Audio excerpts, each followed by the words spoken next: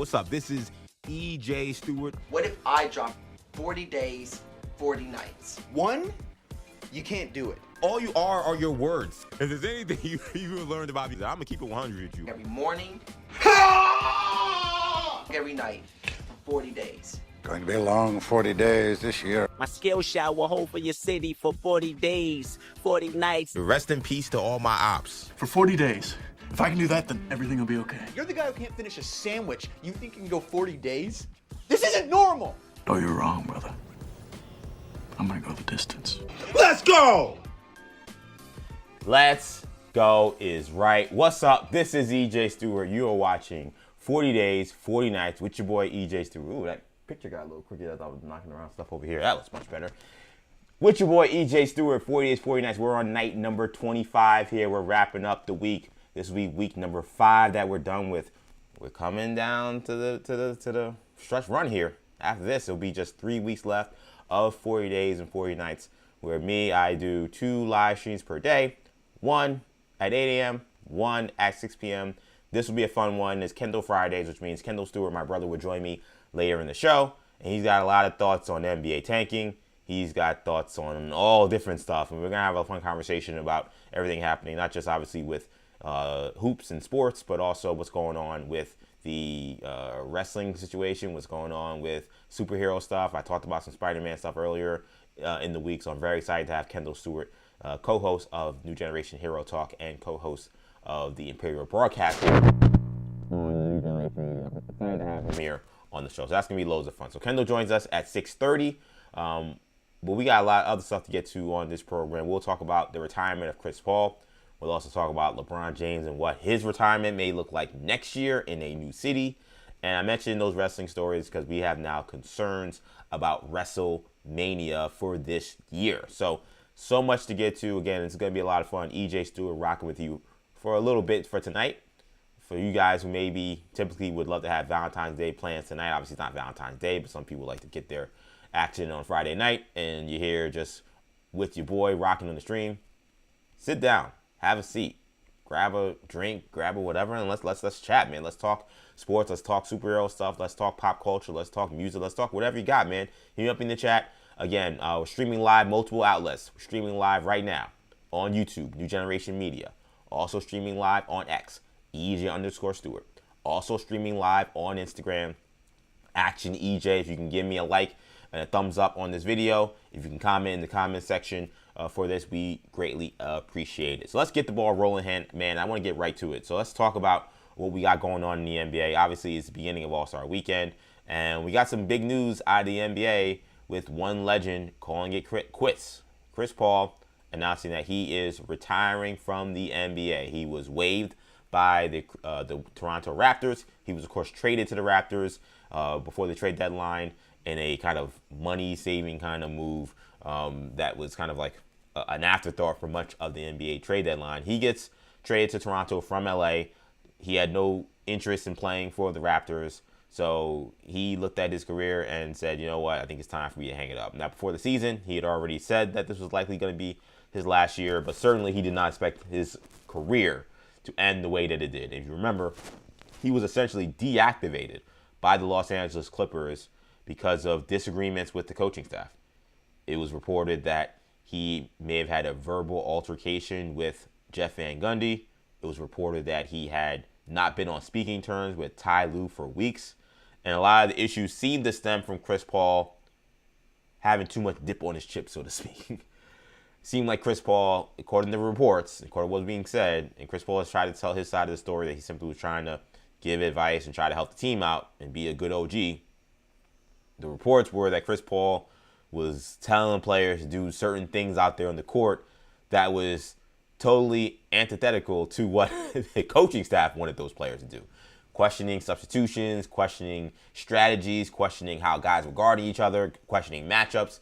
And apparently this annoyed the Clippers coaching staff enough where they felt like, you don't got to go home, but you got to get the hell up out of here. So he was, again, jettisoned and told to go home. I forgot he was actually still on the Clippers. I thought he was actually already cut.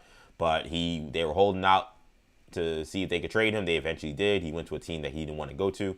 And now his career is over. So Chris Paul, an illustrious career. You're talking about a 12-time All-Star, He's done after 21 seasons in the NBA. He is a 2-time gold medalist. He's the first player in NBA history to record 20,000 points and 10,000 assists. He is a member of the 75th anniversary team. So you're talking about one of the absolute greats. Chris Paul is a legend. Chris Paul is one of the best point guards certainly I've ever seen. And this is not the way his career should have ended. He may have contributed to that. It seems like he certainly did contribute to that because maybe he just didn't understand that he didn't have the kind of sauce to, even though he's a Clipper legend, even though he's maybe the greatest player to ever play with an organization, he didn't have the kind of sauce to be throwing his weight around the team the way he was. And then this is not what happened to him. But I still think, regardless of what you think about Chris Paul, he has a reputation of being an irritant. He has a reputation of being kind of annoying. That's just been the word about Chris Paul and various people around the league that have talked about him that aren't like obviously people that are super close to him, people that have had beef and stuff. But Chris Paul, again, is a legend, and he's the best player the Clippers have ever had. The fact that his career is going to end this way sucks. And it is a blight to me on the Clipper organization because Chris Paul, he should have been able to go out on his own terms. He should have been able to piece together something where he say, hey, you know what, you're gonna retire at the halfway point of the season, and we're gonna get rid of you there. I don't know, this just don't feel right. This don't feel right. I was surprised to see so many of the people kind of dancing on Chris Paul's grave today, now that his career is over.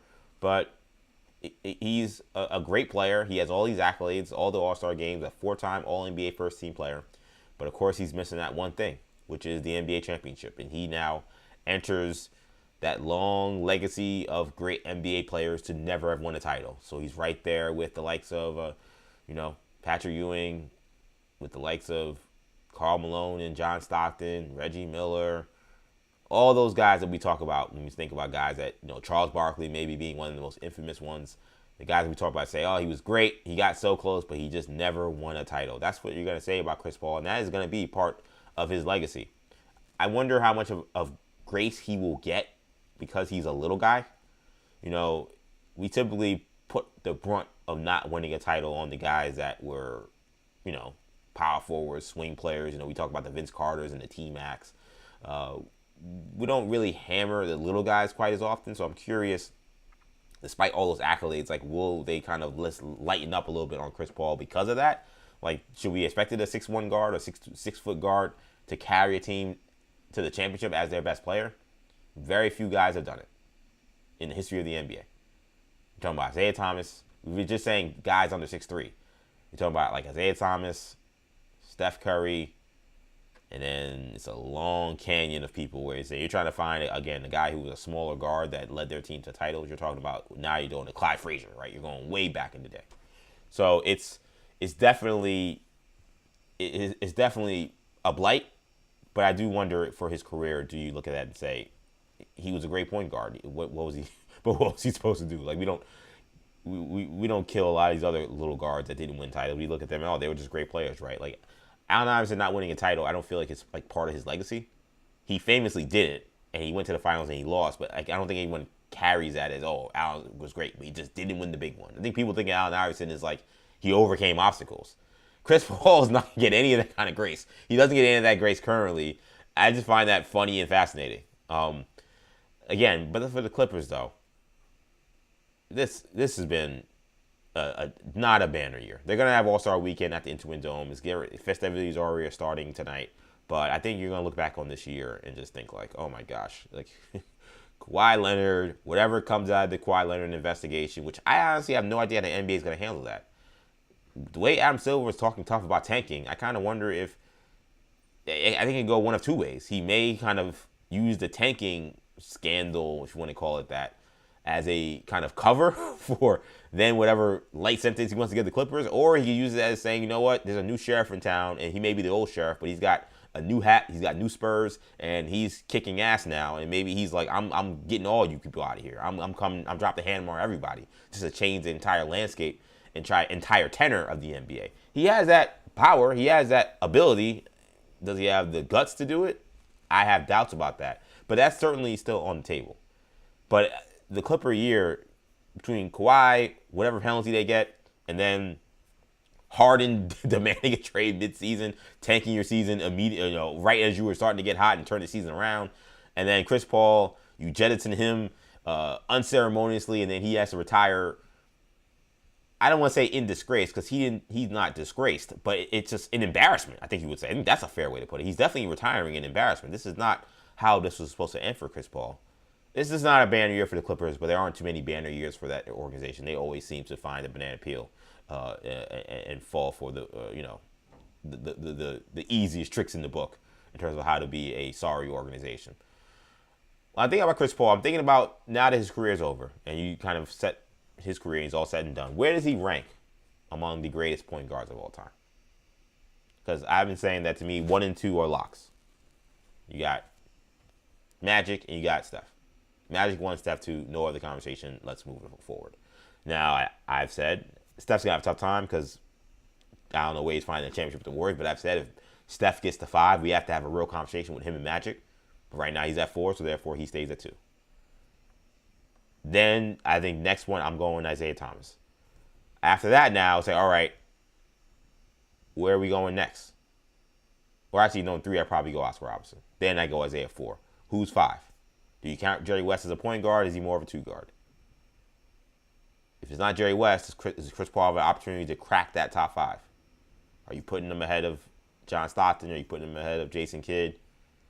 Are you putting him ahead of Clyde Frazier? Are you putting him ahead of all the great point guards that have played in this game? Where does Chris Paul rank among the greatest point guards of all time? I think he has a case as that 5th guy, potentially, depending on what you consider a point guard. Jerry West, I think, is always... Jerry West and Oscar Robertson both kind of sometimes... They kind of get, like, pigeonholed as, like, just player or just guard. Because in that... Back in the day, like, backcourts, both guys in the backcourt typically handled the ball a ton. And those guys shot a ton. So they weren't, like, necessarily your natural point guards, per se. So is Chris Paul a top 5 point guard? My instinct tells me his accolades are up there with anybody. 12 All-Star games. He played in 21 years. First guy to ever do 20,000 points and 10,000 assists. Only guys to do that in NBA history are LeBron James and Russell Westbrook. I think he's probably right outside. If I had to put Chris Paul somewhere, I think I'm slotting him somewhere around 6 or 7. I think I'm going Magic, just back envelope. I'm going Magic, Steph, Oscar Robertson, Isaiah, and then I will say Jerry West is a point guard, so therefore he's 5. And then I'm putting Chris Paul 6. But it's tough because that's a guy that doesn't have a title, and now I'm putting him ahead of guys that have championships. Well, Clyde Frazier has a title. Jason Kidd has a title. Gary Payton has a title. There's a lot of guys with championships that then make it tricky. And then what do we do with these new age lead guards? Like, what do you do with Luka Doncic? Is he a point guard? Do you consider him one of the greatest point guards of all time? What do you do with James Harden? James Harden was a 2 guard for most of his career, but has kind of played point guard for the last 7, 8 years probably at this point. So it's an interesting dynamic, but man, congrats to Chris Paul. I really hate that this is how it ends, but he's had an awesome career, no doubt in my mind, a Hall of Famer. And again, one of the best point guards I certainly have ever seen in the NBA. I'm very curious what you would think. Do you think Chris Paul is a top 5 point guard of all time? I think he slightly misses it. I think he's probably somewhere between 6 and 8. But you can make a case that there are guys that have championships that you could definitely still make a case that he deserves to be ahead of. Because Kidd has a title, but he won it with Dirk Nowitzki. Well, Frazier has 2 titles, so that makes it real. I think Clyde doesn't get nearly enough talk when we talk about the all-time great point guards. Basketball in the 70s just doesn't get respect. There are reasons that kind of make sense for it. Like, you have reasons when it comes to the leagues were split. Like, literally, there was an ABA, there was another league out there. So the NBA wasn't like the undisputed best league, really, or at least undisputedly had all the best players. League was split. There were cultural issues involving drug abuse behind the scenes. Like, championship games on tape delay. It was awful. The 70s was awful. But, like, because of that, we just kind of just ignore the 70s. And I think we ignore the part we shouldn't be ignoring. Like, we definitely should still take into account the early 70s. When the ABA kind of was just becoming a thing. And, like, when Knicks win championships and the Lakers and Knicks were going back and forth, like those were still the best teams, the best players in the world still. It was more towards like the middle of the 70s where I think you start to say, okay, ooh, we got a new league and there's other great players, and then the real problems really started to begin with the NBA as a whole and just its popularity and everything.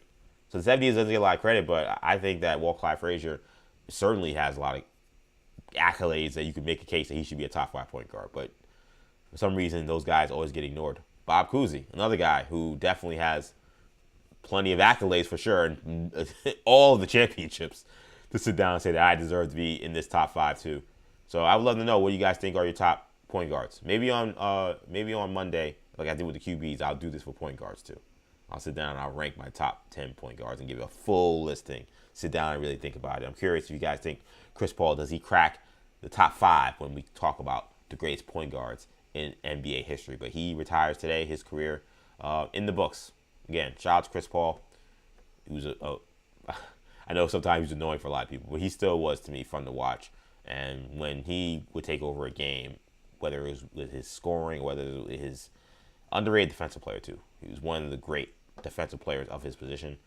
But with scoring or getting guys involved, he was awesome to watch. Him and running with Lob City, with him, Blake Griffin and DeAndre Jordan, that was a really fun pairing. They didn't win anything. They didn't win a title. They didn't get past the second round of the playoffs, but there was a lot of exciting ball with the Clippers and the Hornets. Remember, he put a city on its back, basically, in terms of the basketball side of the whole thing that happened post-Katrina. Chris Paul was a man. He was a great player. And now his career is over.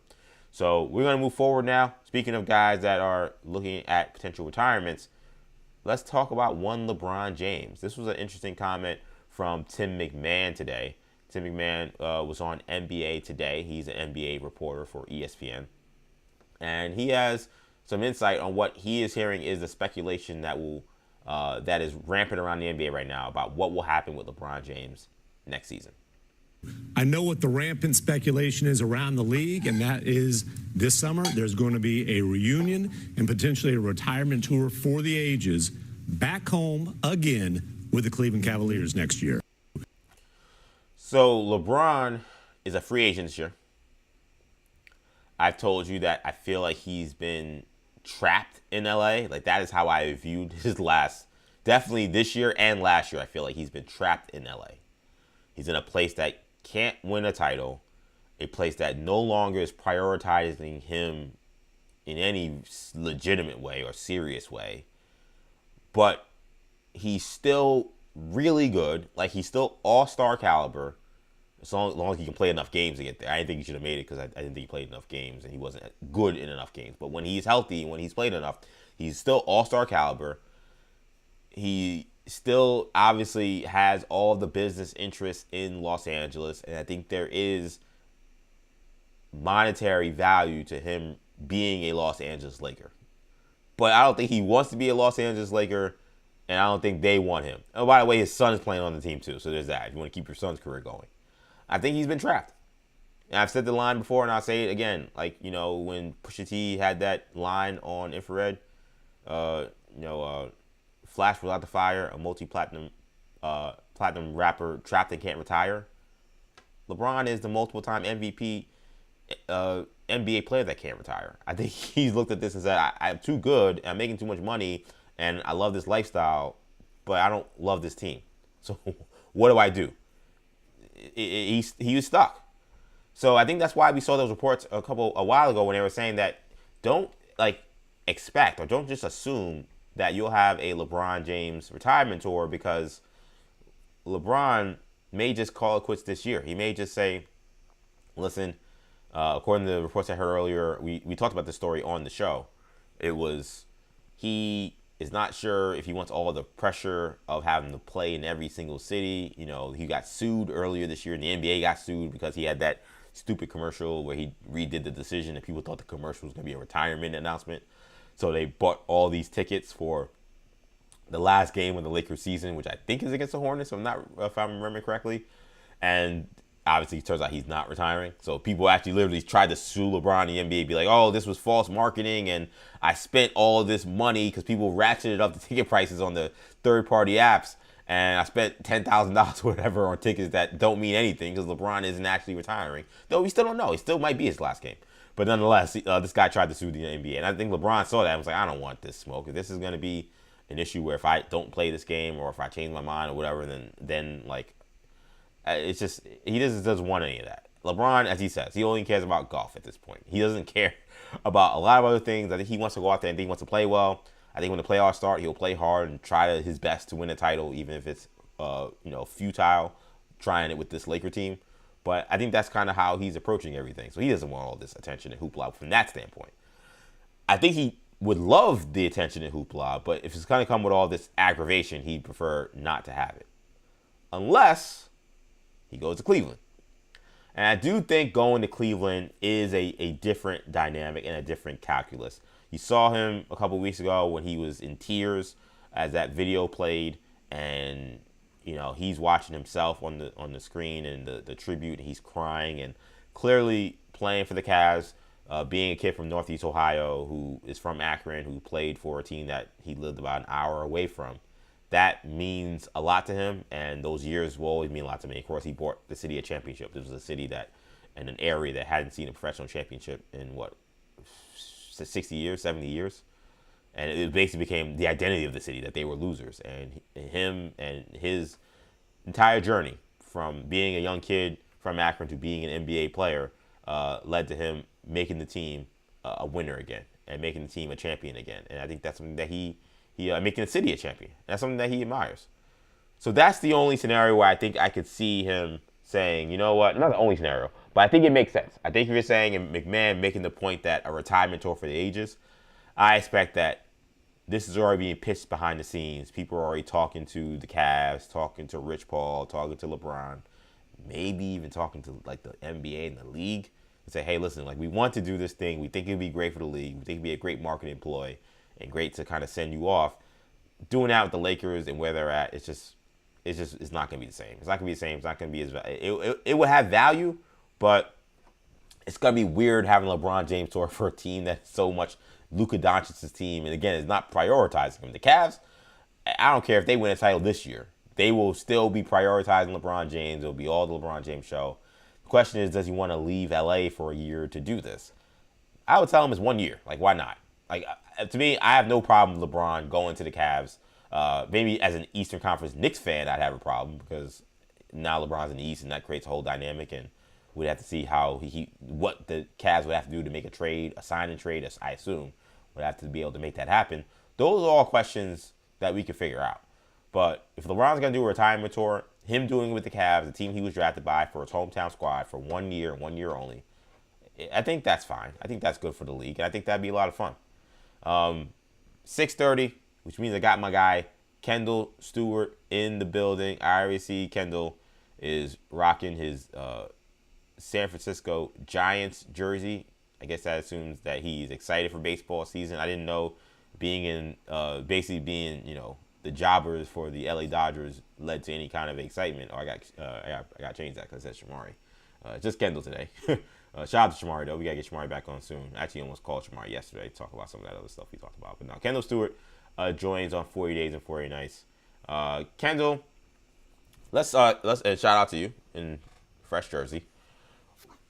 What do you think about the idea of LeBron finishing his career in Cleveland? Do you like it? Do you think it's likely? Like, how likely do you think this is that he could decide, farewell tour, I'm going out with the Cavs?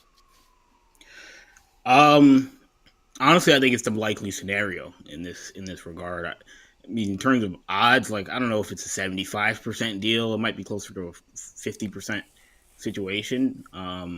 But I think it's the most likely scenario on the table at this point.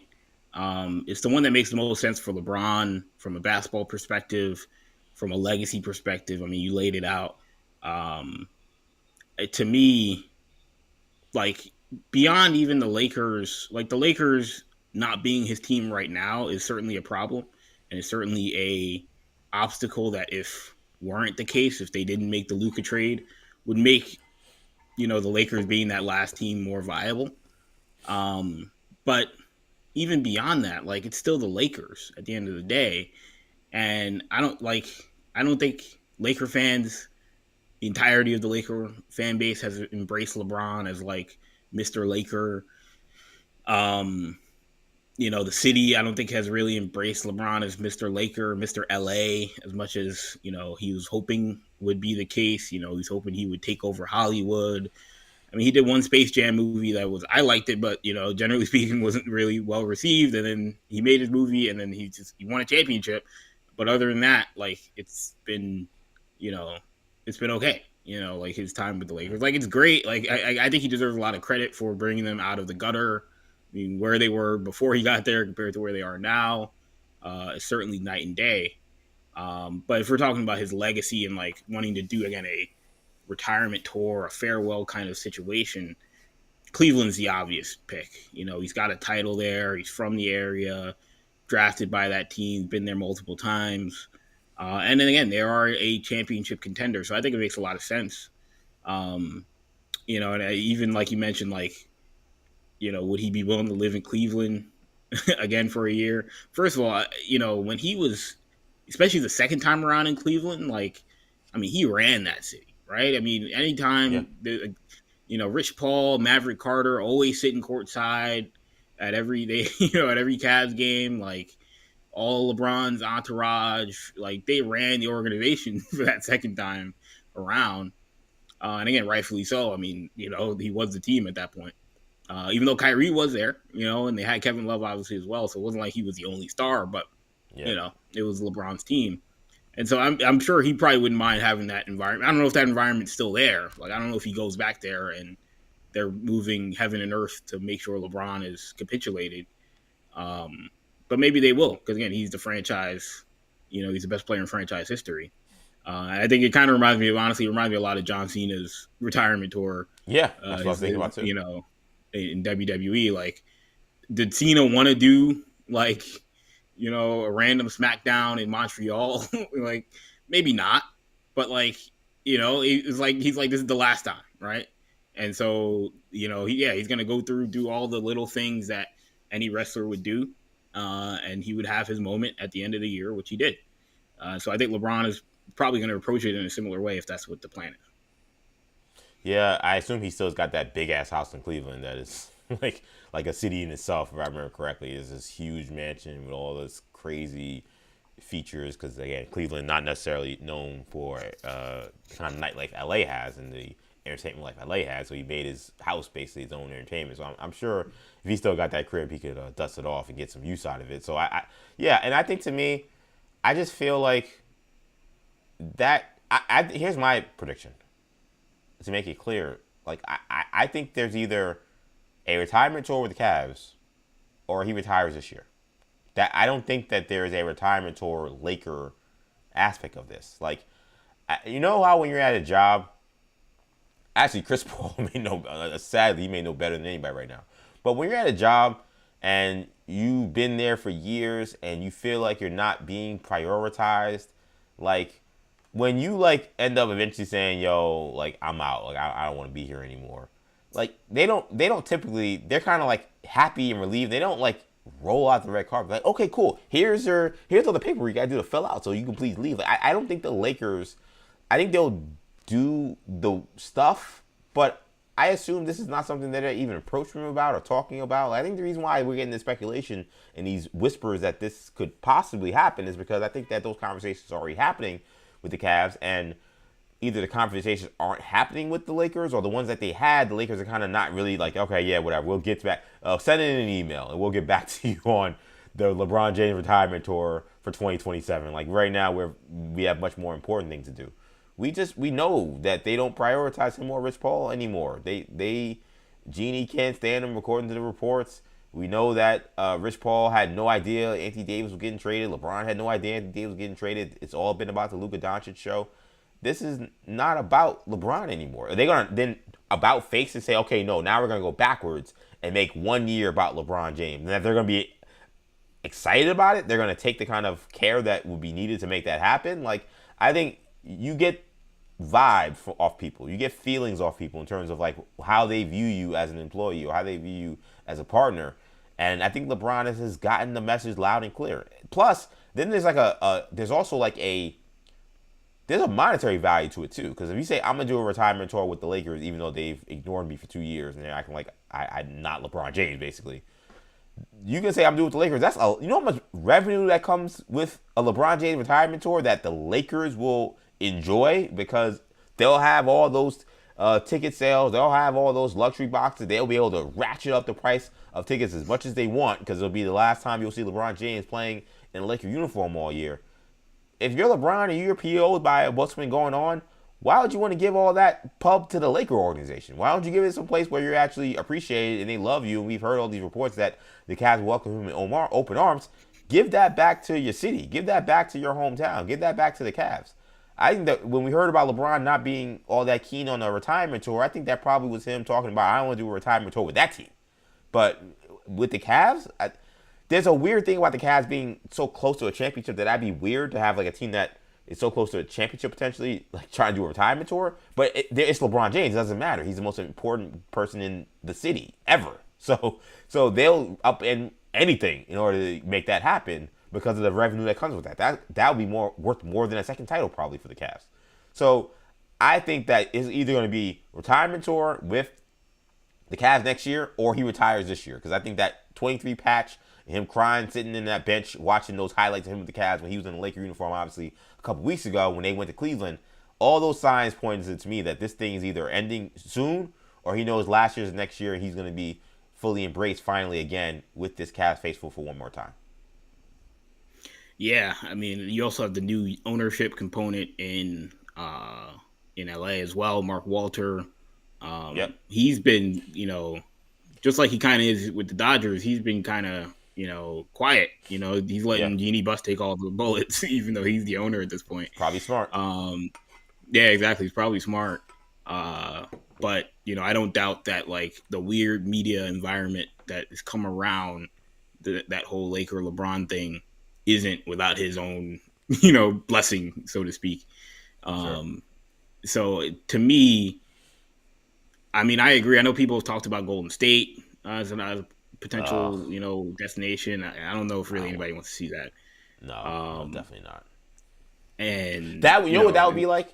That would be like a John Cena heel turn for a retirement tour. Oh wait, we had that happen already. But that would be the equivalent if, like, the end of LeBron James' career, he's playing for the Warriors with Steph Curry. He's like, you know what? Let's just do something we've never.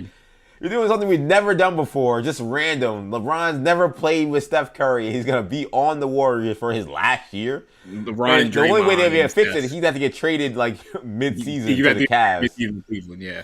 Yeah, like basically what happened with Dwayne Wade when he finagled his way back to Miami because the Chicago thing was a disaster. Like, that would be that John Cena to a T. He goes to the Warriors. That's his heel turn. You see this thing we never seen before. And it'll probably go the same way as the heel turn will go. It'll be half-baked. It won't be fully thought out. and then he'll have to go back home to doing what we know and love him to do. What we've been asking for him to do, which is just go home and admire and embrace being a North Ohio guy and being a Cleveland, Akron native. That is what we need. But that would be funny if that ended up happening.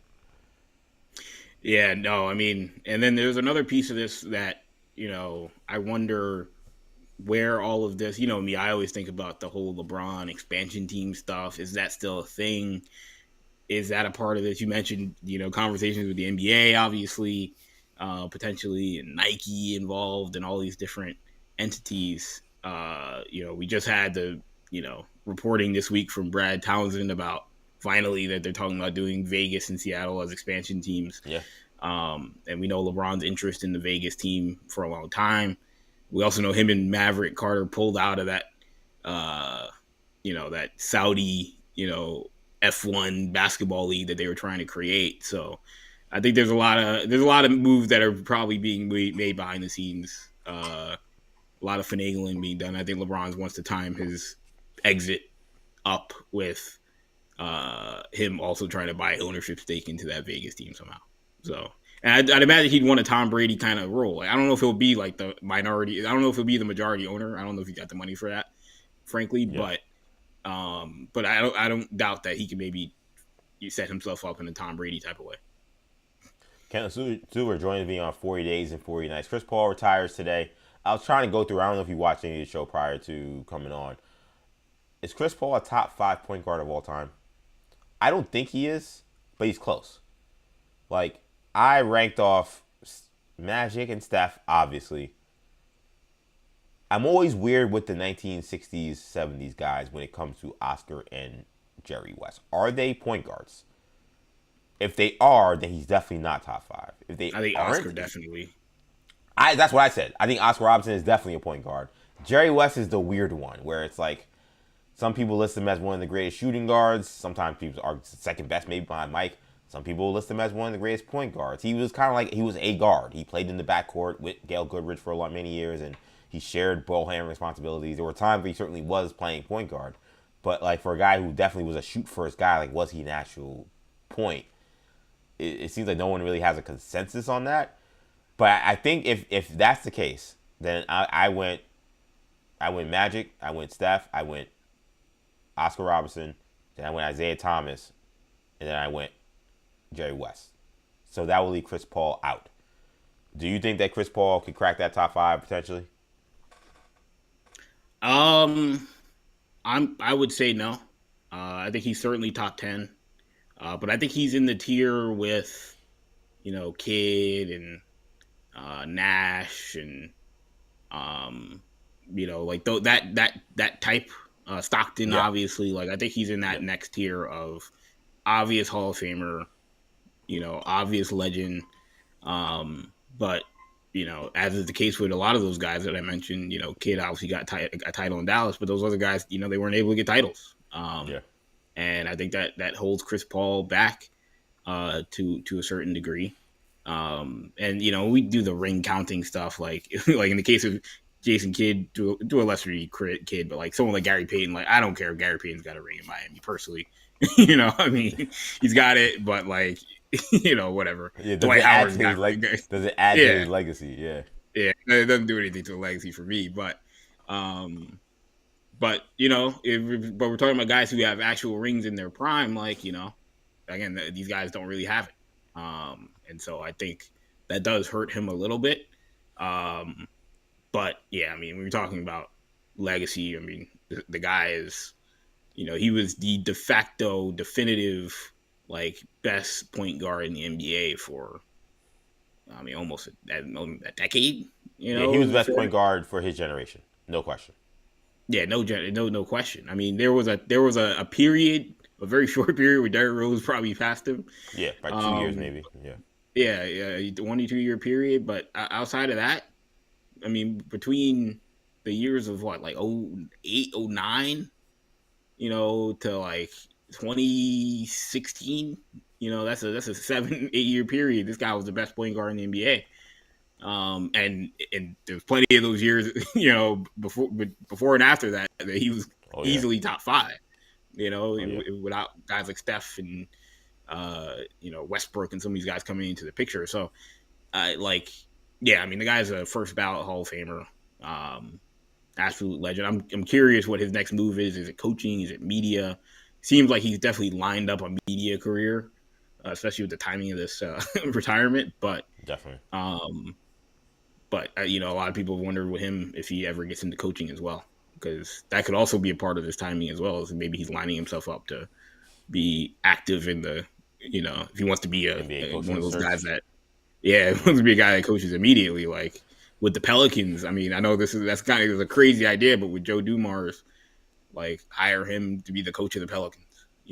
Like would he want to coach there? I don't know, but I think Chris Paul would be a terrible NBA head coach. I think he could be a good executive. I think he'd be a terrible NBA head coach.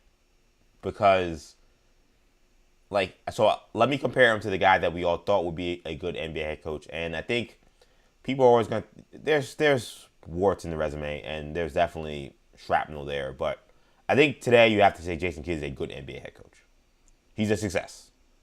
Yes. When he retired, he was the last guy we were like, when he retired, he's going to become a great NBA head coach. Now, he wasn't initially. It took him a while, but he became one. Jason Kidd was not good with management, but his teammates generally liked him. Outside the early years in Dallas.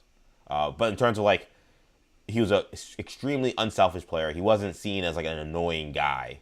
Like he was seen as like a valuable OG, especially later in his career. Like Chris Paul, it seems like he annoys everybody. He seems like he's just somebody that people can't get along with because he talks to people the wrong way. He don't have, an inside voice sometimes when it comes to addressing folks.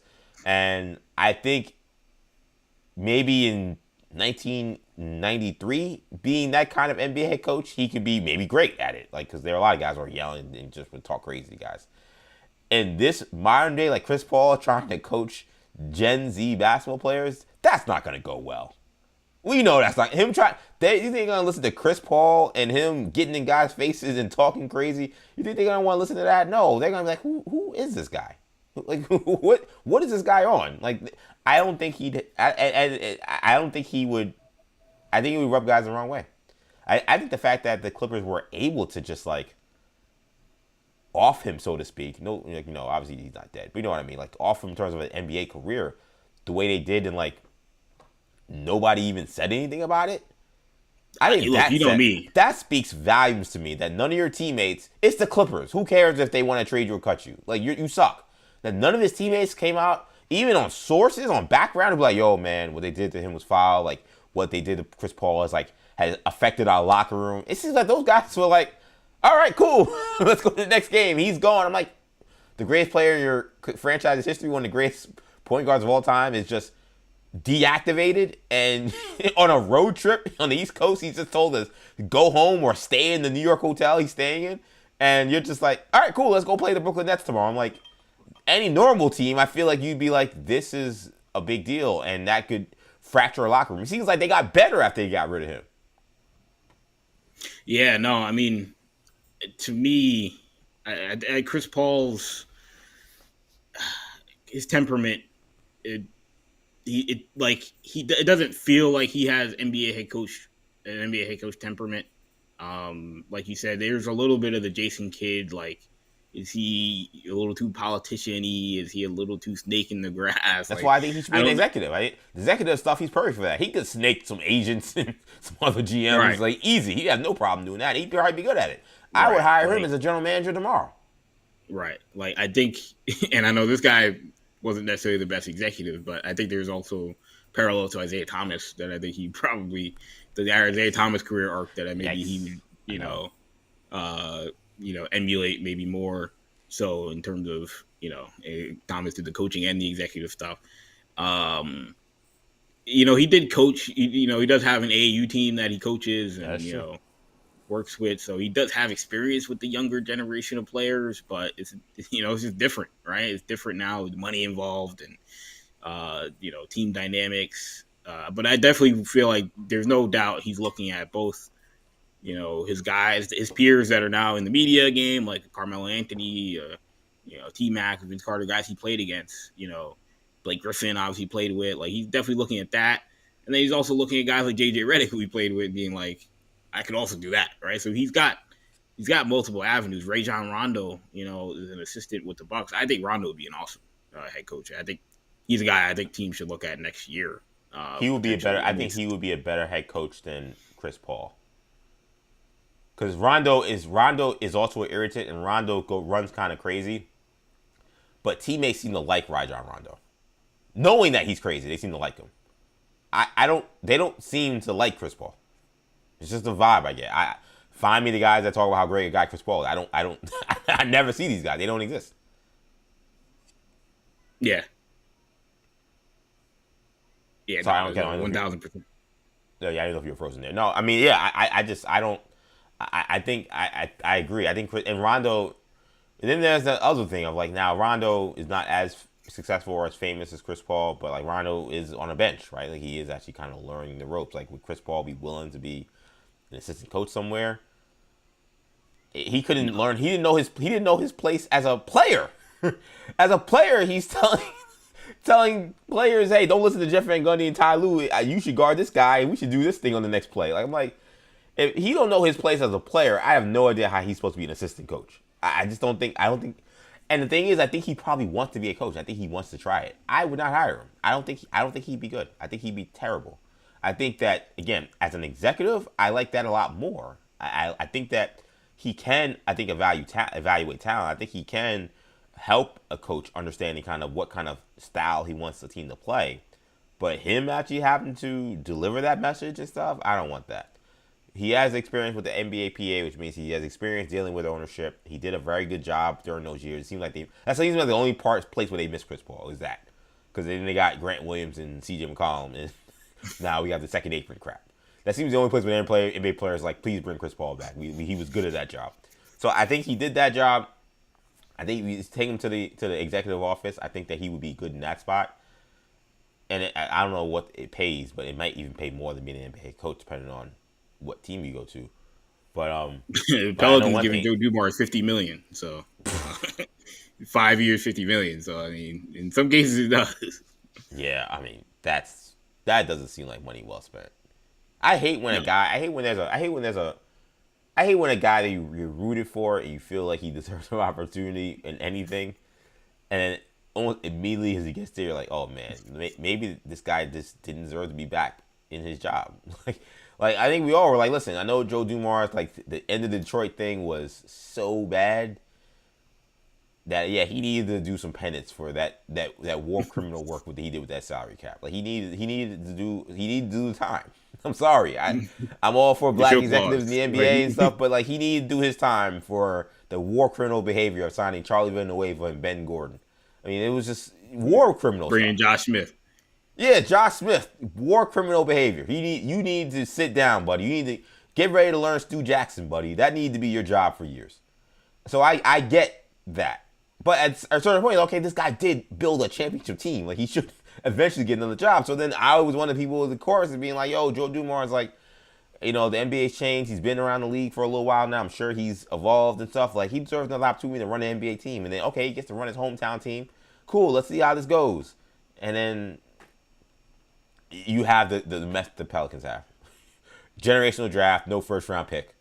I like Derek Queen, but, I mean, what are we doing, guys? What are we doing? What are we doing? So, yeah, you bring up Joe Dumars. Like, yeah, Chris Paul can get a job doing this. But Joe Dumars can get hired a second time doing this. And doing it this poorly already in year one. Chris Paul definitely can get a $50 million bag running an NBA team. It's Kendall Stewart here, joining me here on 40 Days and 40 Nights. I want to get your thoughts on the tanking situation. So, I talked about it earlier today on day 25 of 40 Days and 40 Nights, which, by the way, you can catch wherever you get your podcasts. Apple Podcasts, Spotify, SoundCloud, Stitcher, TuneIn. Day 25 and all episodes recorded for 40 Days and 40 Nights gets recorded. But I want to ask you about the NBA and the fines they levy. So you got the Jazz, they got fined. Pacers, they got fined. Each for what the NBA considered to be manipulating their rosters in a way that was messy with the integrity of the games that they played. Now, the Jazz actually won the 2 games that were in question. But there's been all this talk about how do we fix tanking. I laid out my decision and my calls for this earlier today, and it's fairly simple. I think there are 2 things you do. Number 1, I would just flatten the lottery out to everybody.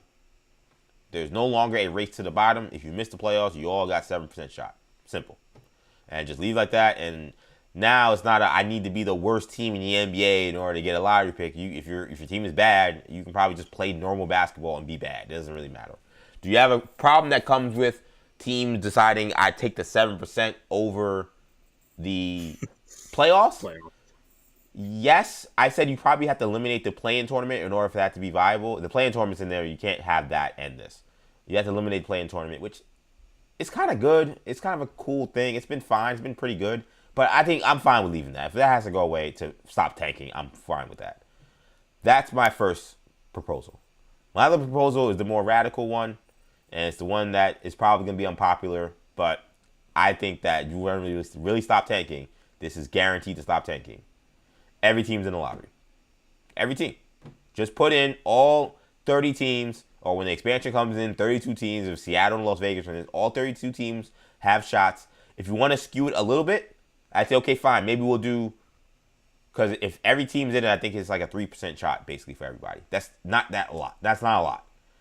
I would say, okay, maybe 5% for the teams that are not in the playoffs, 2% for the teams that are in the playoffs.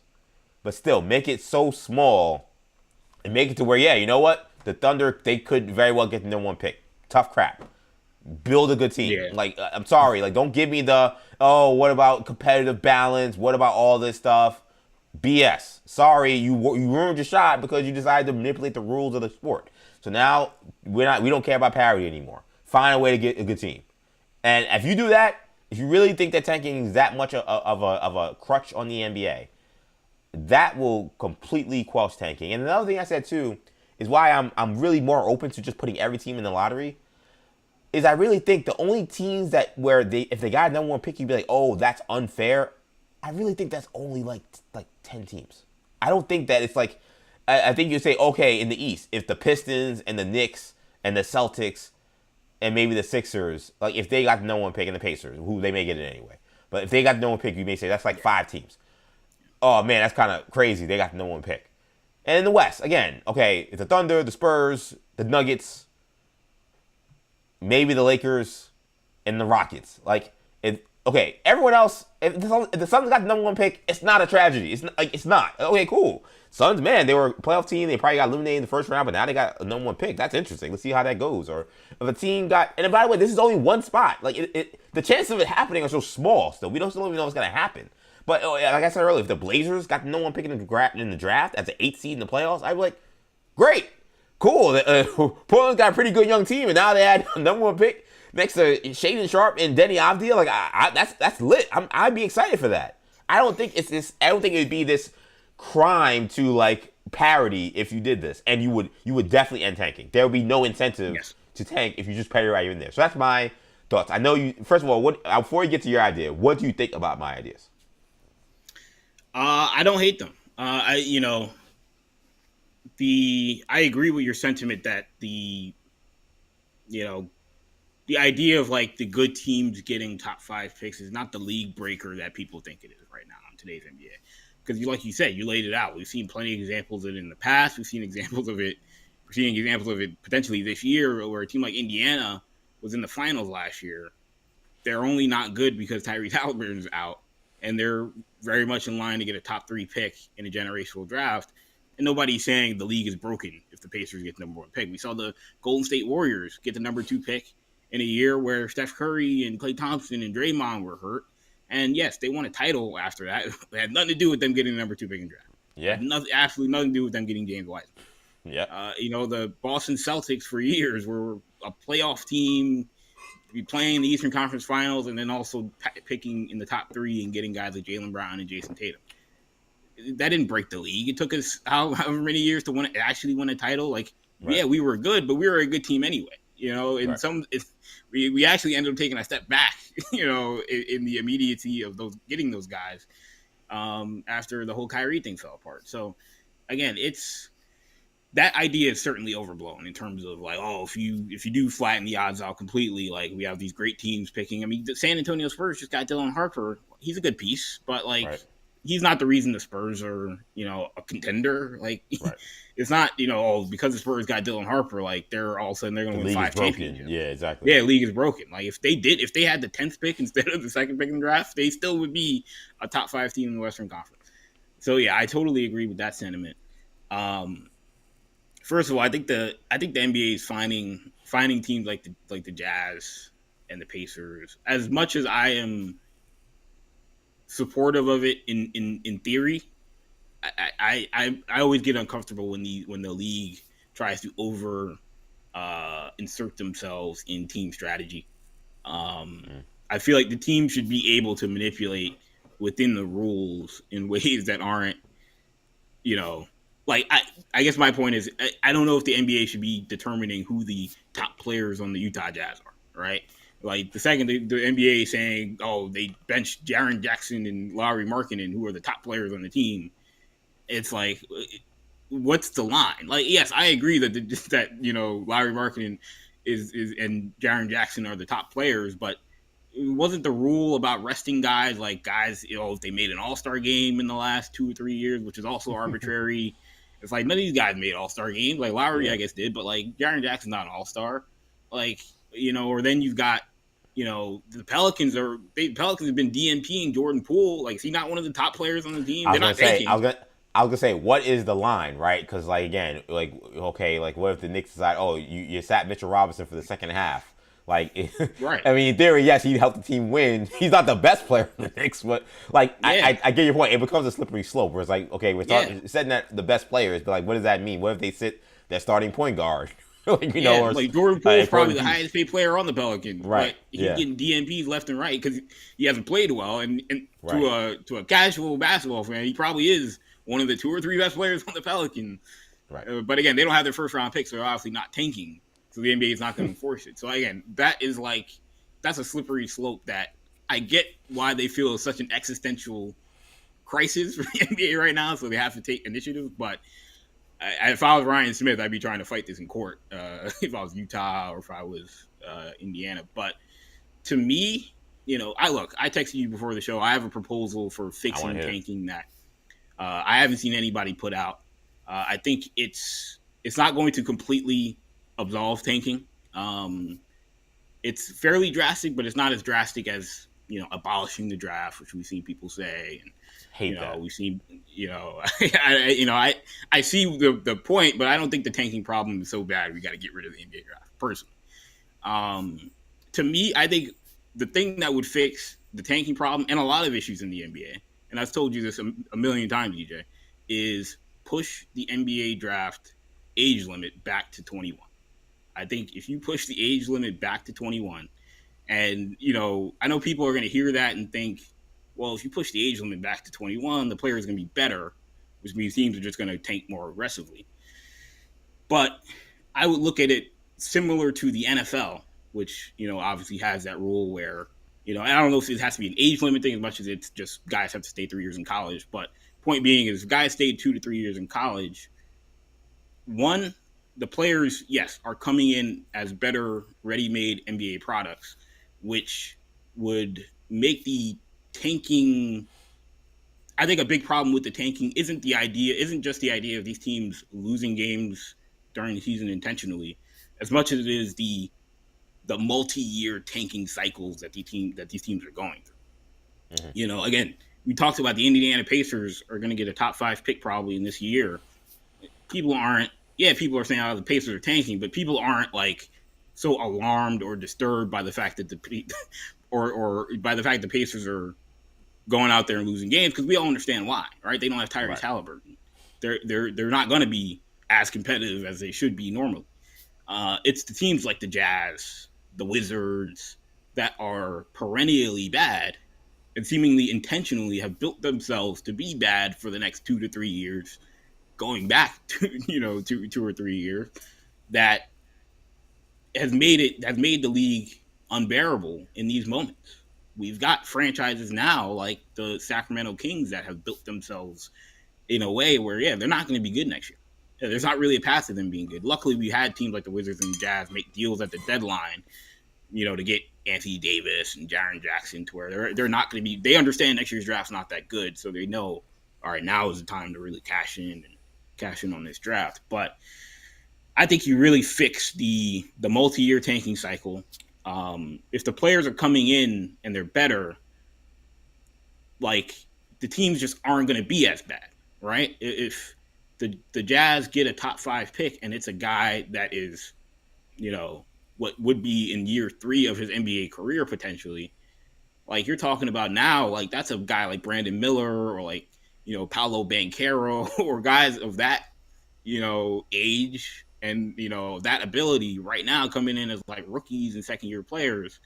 And those teams are going to come in and be more competitive immediately after getting those type of guys. Teams like front offices and coaches would have more incentive and less excuses when it comes to like, we want to continue to tank. Like, teams and fan bases and ownership are going to expect more results immediately, which is going to force teams to try and be competitive faster. If you end up with generational talent, ultimately that is the hunt for a lot of these teams. That I've said for a long time, tanking is incentivized and smart when you don't have a generational type player. And if you do this, more of these teams are going to wind up with generational type players in the draft that give you a more immediate Interesting. impact. So I think doing that would solve a lot of problems for the league, on a lot of different areas. But I think in terms of the tanking problem, I think you fix a lot. Interesting. So you're saying if you increase the age limit, you'll just simply have a better pool of players in the draft lottery every year, and then therefore, you like teams will have to be the worst team in the NBA to get a good player. At least they won't feel like they have to be the worst team in the NBA to get a good player. Is that essentially that's part of it. Yes, Yeah. you won't. The draft pool will be better, so tanking would be less important. Just like in the NFL, do people really care if you've got the 12th pick in the draft or the 20th pick in the draft? Do people really care if you've got 5 instead of 9? Because there's more players in the NFL, but generally speaking, it's like I can find a guy at 9 that's probably as good as the guy at 8 or a guy at 5. Like, we only really care about that at the quarterback position, right? Quarterback is really where it's like we got to really race to the bottom. But otherwise, the talent is pretty evened out in the NFL.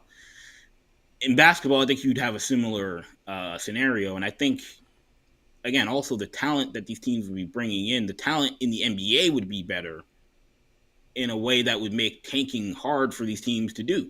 Like, the players, because the league right now is, whether we consider it watered down, whatever the word or the term you want to use, because you have so many of these teams that are using roster spots on 19-year-old guys that can't play, guys that want to go back to play college basketball, apparently. Like, like it's created a thing where, like, yeah, these teams now in the second half of the year are just wasting away, minutes, rotation minutes on guys that should probably be still playing college basketball.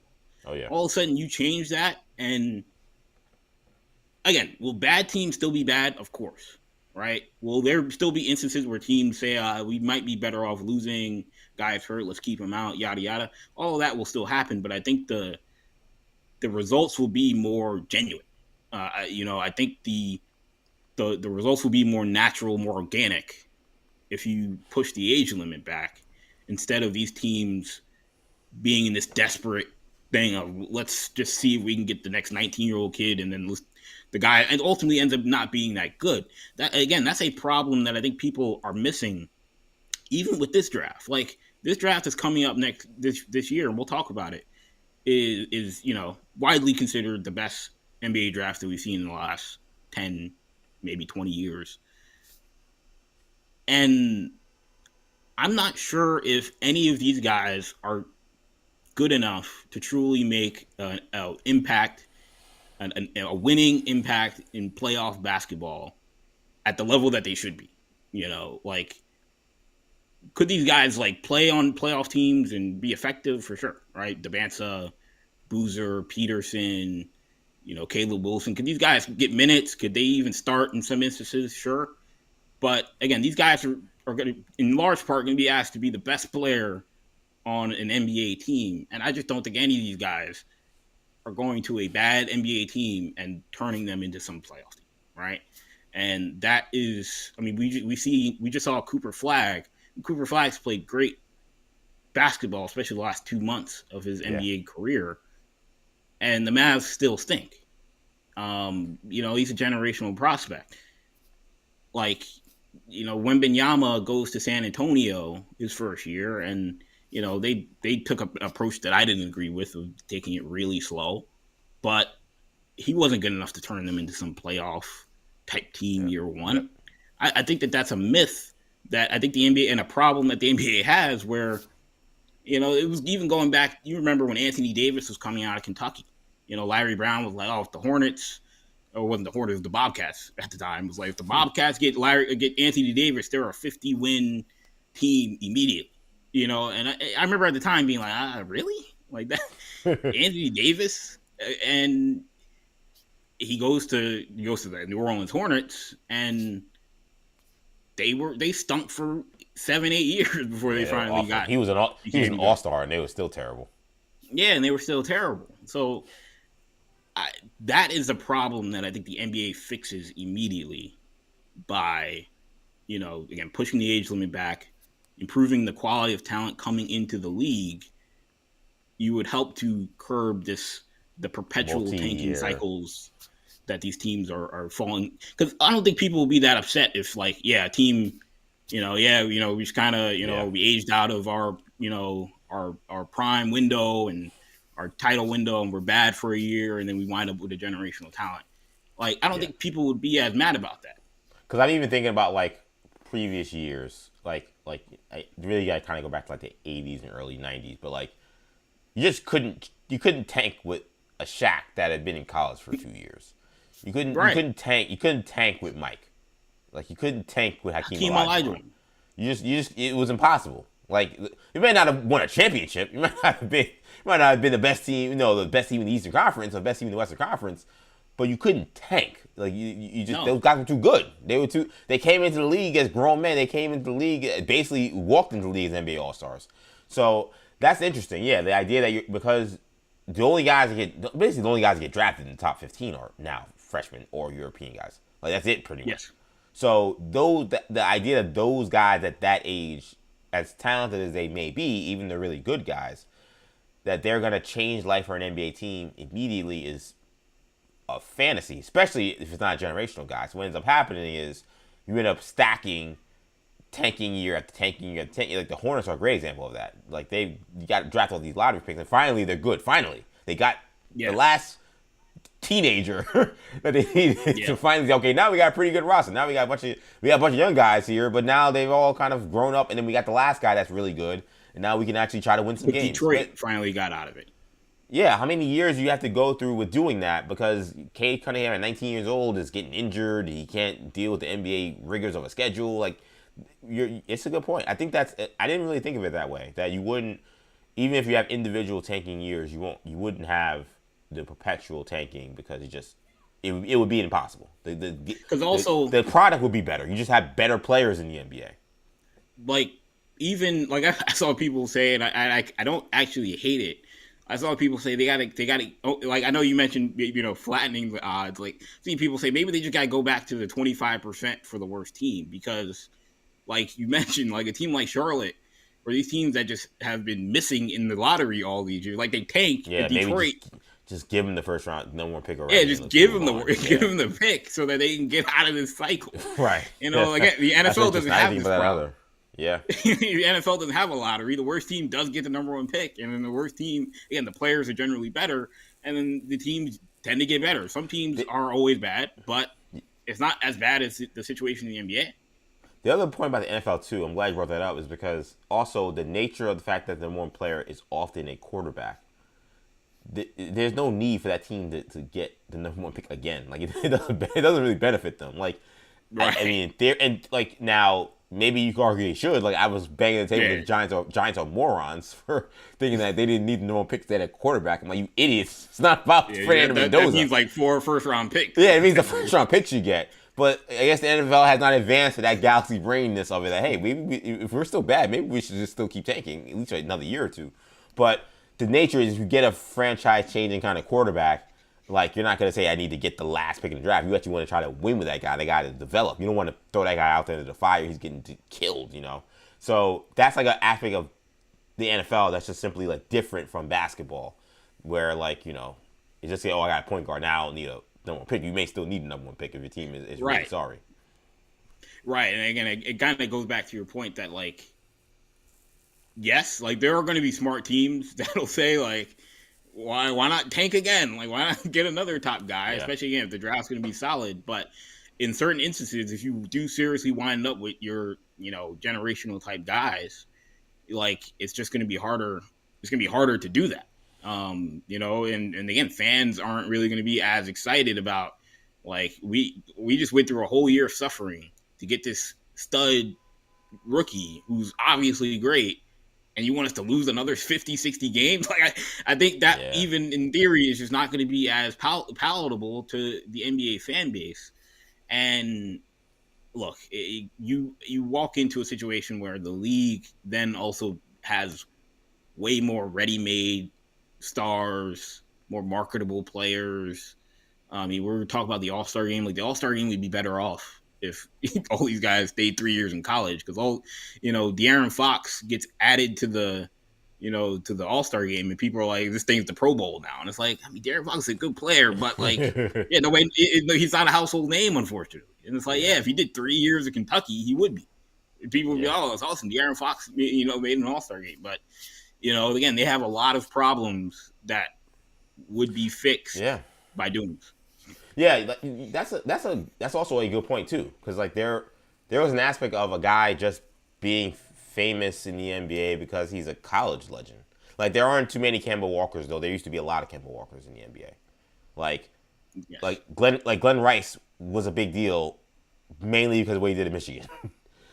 So him being an all-star was like, well, it's Glenn Rice. He's famous. He won a national championship, right? Like, Christian Laettner, he makes that one all-star game. It's like, well, he's Christian Laettner. He's famous. Like, there were guys like that where they were almost famous almost entirely because they were college stars, even if they were good NBA players, or even like Glenn Rice, a great NBA player. Kemba Walker, a great NBA player. But it still was like, oh, that's because they're college guys. Because these guys are mostly one and dones that are the top picks, you don't have nearly as many of those guys. Like, to be honest, like Kemba and Steph Curry may be kind of like the end of like a dying breed. Steph Curry might be the end because he's the last guy playing. But that guy was famous in college. Like, he's a college legend. Who are the college legends now? If Edie works, like if Edie wanted to become a star, he'd be a guy that but he didn't win a championship though. Like he's a legend, but in terms of like being famous for being like a college legend, like I don't. It's a different environment for sure. Yeah, it's a different environment. As big as Edie was, like he wasn't Steph Curry coming into the league in terms of the notoriety and household appeal. And they would just fix so much with the league and. Certain things are not viable. This would not have been viable 8 years ago, right? Pre-NIL, all this stuff. Like, this would just be like, come on now, Fantasyland. Like, how are you gonna get the Player Association to buy into that? Players will just sue themselves out of it, whatever. But honestly, now with NIL, like we've got guys like Trinidad Chambliss like begging to go back to college for some reason, even though he'd have been a first round pick, I think. So like, I think so too. Yeah, I think apparently these guys would rather play college basketball. I mean, we got guys who played in the NBA begging to go back to college basketball. So I really don't see the drawback on either side. I think you can get the NBA players, the Players Association, to agree on it. The agents would have to have a conversation about like, is this good for the future of the players and yada yada. But the current players, they don't care. If the guys behind them got to stay an extra 2-3 years, that means more. It means less talent in the immediacy coming into the league that they've got to worry about. And again, the owners, it would be a year or two period where you'd have some rough drafts that you'd have to. Yeah, I mean, the next two drafts would be all time bad. Like it'd be the worst draft. All time bad. It'd be the worst draft in the history of the NBA. We all remember the 06 draft that it was with. That wasn't Bogut. That was the year after Bogut. That was Bargnani. That was the year before they abolished the high school. That was the year the Bargnani draft. That's crazy. Yeah, the Bargnani draft. Like there was no high school guys, and there was also no one and done like Durant type guys. Like Durant would have been the high school. Durant Odin would have been the high school guys that year, That's but they had to go to college. So you ended up. Yeah, you're right. 2006. That would have been a draft. Yeah. Yeah. So you had the Andrea Bargnani draft. Like that, you'd have like 2 or 3 of those if you actually took my advice. That'd be kind of rough. That'd be kind of rough. 2 or 3 like joints.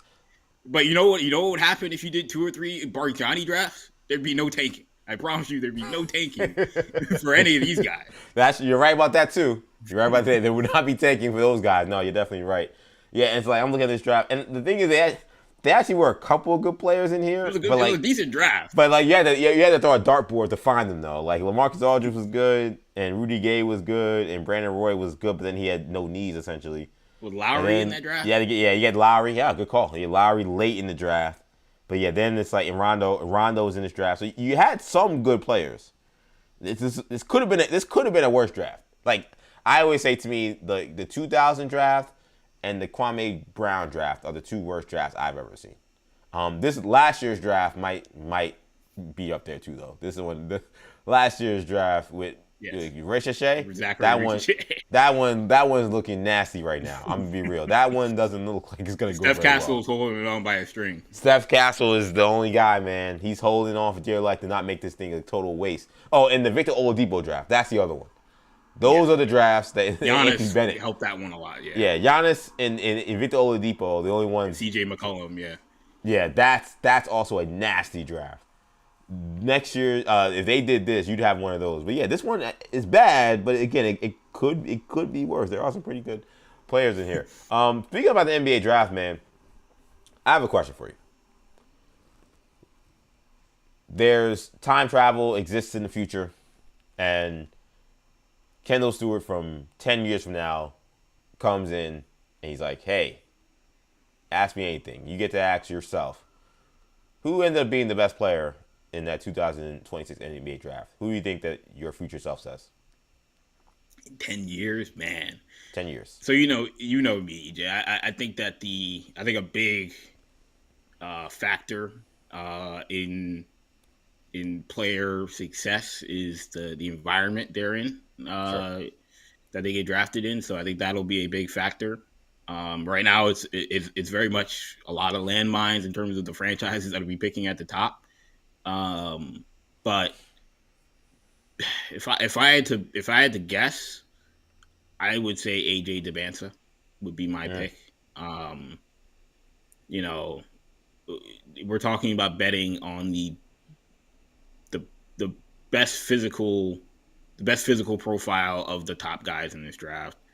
And then the combination of physical profile, skill level, and mental makeup that I think screams all-star.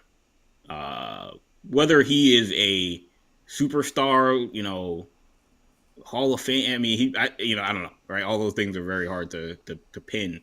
But I think he's a guy who will easily make all-star games. He'll be a max guy.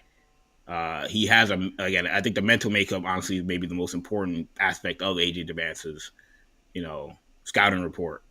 He does strike me as a guy who is not motivated by, I just want to make it to the league, right? There's those guys that I think that's a big factor that I think teams have to, take into account, especially when you're trying to split hairs between guys who are all superstar, talents.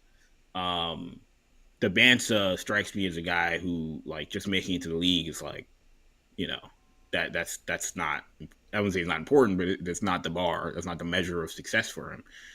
It's, again, it's getting the max contract. It's winning awards. It's winning Rookie of the Year. It's, making it to the playoffs and being a franchise player that I think he is motivated by. So, again, I would bet on AJ DeBanza in that argument. It seems that you and I are not in the majority at all. Like, well, though I feel like there's a shift happening this week because of what's going on with Darren Peterson and why he don't ever want to play. And let me first get to DeBanza before we get to Peterson. So I agree. I think that in 10 years, my future self will tell me AJ DeBanza is in 10 years, at the very least, a 3 or 4 time All-Star. He's rising to becoming one of the best swingmen in the NBA. If he's not there yet, he's in that next class. Yeah, he's in that next class. I'm like, okay, yeah, that makes sense. That's kind of what I see. That's what 34-year-old EJ sees now. So 44-year-old EJ tell me that, it wouldn't stun me. I think you're right about the mental makeup. I think I agree with almost everything you said there. I think that there's an aspect to him. Do I worry that sounds also kind of like RJ Barrett? Yes, but I think he has a better physical profile than RJ Barrett. He's taller, he is more explosive, and I think he's a better natural scorer than he's more skilled, RJ yeah. Barrett. Yeah, so I just think, while yes, in terms of like he just feels like he's destined to do this and he's destined to have this. He's like the Vegeta of this NBA draft, the Prince of All Saiyans. Like, he may be the Prince of All Saiyans, but he is him, just like Vegeta. He also is him. And I think that he would have no problem at all stepping onto an NBA floor and immediately being an alpha. That's just the vibe I get from him. And I don't think he's going to back down or shy away from any kind of challenge or anything in the NBA. I think his game and his athletic profile is enough to stand up to that, even as he has to work through some kinks in his game to get to be that all-star level. Like, does he shoot the ball consistently well enough? No. Can he be a little bit of a nut? Yes. But he's almost impossible to keep out of the paint. He's impossible to keep off the free throw line. In space, he's a violent finisher. Like in transition, he's a Tasmanian. Like I don't like what He already has a combination of ISO moves as well. the ISO game is already there a little bit. Like I just look at him and I'm like, I don't know how he's not an all-star. Darren Peterson, his game and his skill level is ridiculously high. But the athletic profile for him is average. And he's playing in a league that has a lot of guys with a lot of skill level. Now, I think that he's a future all-star too. But if I had to pick one or the other, who is going to be the best guy, I also could see Darren Peterson being like, a slightly taller like Bradley Beal. Like that he could be that. And that's a great player. Like there's not a diss to him. But he wouldn't be better than who's a 6'9", 6'10" crazy small forward. Like you wouldn't say Bradley was better than that guy. You would say, well, no, I'm still taking, Cooper Flag. Paul George in his prime was better than Bradley. Right, Beal. Paul George, great one. Right, yeah, you say you're not saying he's better than Paul George. You're not. So I also lean Devonta, even though I like Peterson's game, but I don't know if you think I'm jumping out the window. This him not playing thing is not a nothing thing to me. I know NBA GMs are saying that it's nothing. Jeff Goodman had one on background, but on the record saying that, listen, guys who have hamstring injuries and injuries he's had, like sometimes it just takes them a long time to get back, and there are weird things that happen. Kids just get sick and just kind of gotta deal with it. It wouldn't infect me at all in terms of drafting him number one. He doesn't think it would take other GMs would be impacted by that at all too. And I've been team Devonta number one for a while now, so I'm not part of that conversation. And I'm not saying if I was team Peterson, I would pull out. But damn it, he'd have to answer for like what was this year at Kansas? Like what is going on? Like, are you injured and you can't play at all? Therefore, okay, why aren't you just shutting it down and saying I'm not healthy enough? Or if you are able to play, and why are you being yo-yo in and out of lineup? Why are you not finishing games? And I hate to do this thing, man, because I know people get. I'm not the. I hate questioning injuries and questioning things. I think that he was sick, and I think he's been injured. But it's a Monday night at the Fog. The number one team that's undefeated is coming to your house. You would have had to kill AJ Devonta to not get him on that court. You would have had to kill Cam Booz and not get him on that court. Some of these Cooper Flag, you would have to kill those guys. Connor Knippel. Hell, Brandon Miller. Like, some of these guys that have come up of late, that cloth of guys, you would have had to kill them and keep them off the floor. Sick, injured, whatever. The fact that he pulls himself out, he doesn't even try to give his team a go. I don't know, man. This could be, again, old man yelling at cloud, and maybe this is a new generation of player, and that's not going to matter, and he's going to get to the NBA, and he's going to be an absolute killer. That combined with all the other stuff, this isn't a one-time, if it was one-time thing, it's okay, come on, relax. It's been all season of this. In and out of the lineup, playing, oh, now I can't play, I got cramp, don't put me out there, or the game I watched, what was it, the TCU game, like, he plays, and then he can't go back out in the game, and then the last play in regulation, he's like, well, put me back in the game so I can shoot the last shot. And then he's back out, not playing in overtime. I'm like, what is going on? This is unprecedented. There's never been a player like this before in college basketball. And I can't keep acting like this is normal. It's not normal. Yeah, it's easily, I think, the most bizarre draft storyline that we've ever seen in the last 10, 15, 20 years. I think I agree. I honestly don't believe the GM and the GMs that even will publicly or privately downplay this thing. I don't believe them. Like, I don't believe that they don't. We don't care. That's nothing. We're not worried. But yeah, they are. They're doing the research. They're doing the background work. They're talking to Kansas. They're talking to the agents. They're trying to figure out just as much as we are what is going on, because you can't invest a draft pick that, again, you just spent a whole year suffering to be bad to get that pick. You can't spend it on a guy who's going to be wishy-washy in and out of the lineup. Because, again, people can say, oh, well, this is college basketball. yeah, he's just low managing so he can have a longer career, yada yada. But to me, I look at two different things that indicate that this is a bad sign. I think one, there's the injury concern that people are going to say, oh, well, look, these are minor injuries, cramps and, hamstrings and the flu aren't indicative of a guy having any sort of major injuries when he gets to the NBA. But let's be honest, we followed the draft in basketball a long time. We've seen a lot of guys, examples of guys like Greg Oden, who had, a broken hand in college, and we were like, he'll be fine. And then all of a sudden he had a million injuries, right? Kyrie Irving had a broken foot. It's like, that's not a knee. That's, the foot will heal. He'll be fine, or whatever, broken toe, whatever it was. And he's always hurt in the NBA. Zion, dealt with, he blew out his shoe, was hurt a little bit. Hurt his knee a little bit, yeah. It hurt his knee, but he'll be fine, and then he's always hurting the NBA. Joel Embiid had a bad back, and then he broke his foot before the draft. It's, but let him rest, and, he didn't have any injuries before that, and the guy's always hurt. So I don't think that I can't just look at this, these weird combination of injuries and be worried that, and not be worried that this guy may just be more susceptible to getting injured, right? And not only is he more susceptible to getting injured, but we talk about also the street clothes gene, right? The Vince Carter, I twisted my ankle, so I'm out 2 months, right? I got to be taken out on a wheelchair.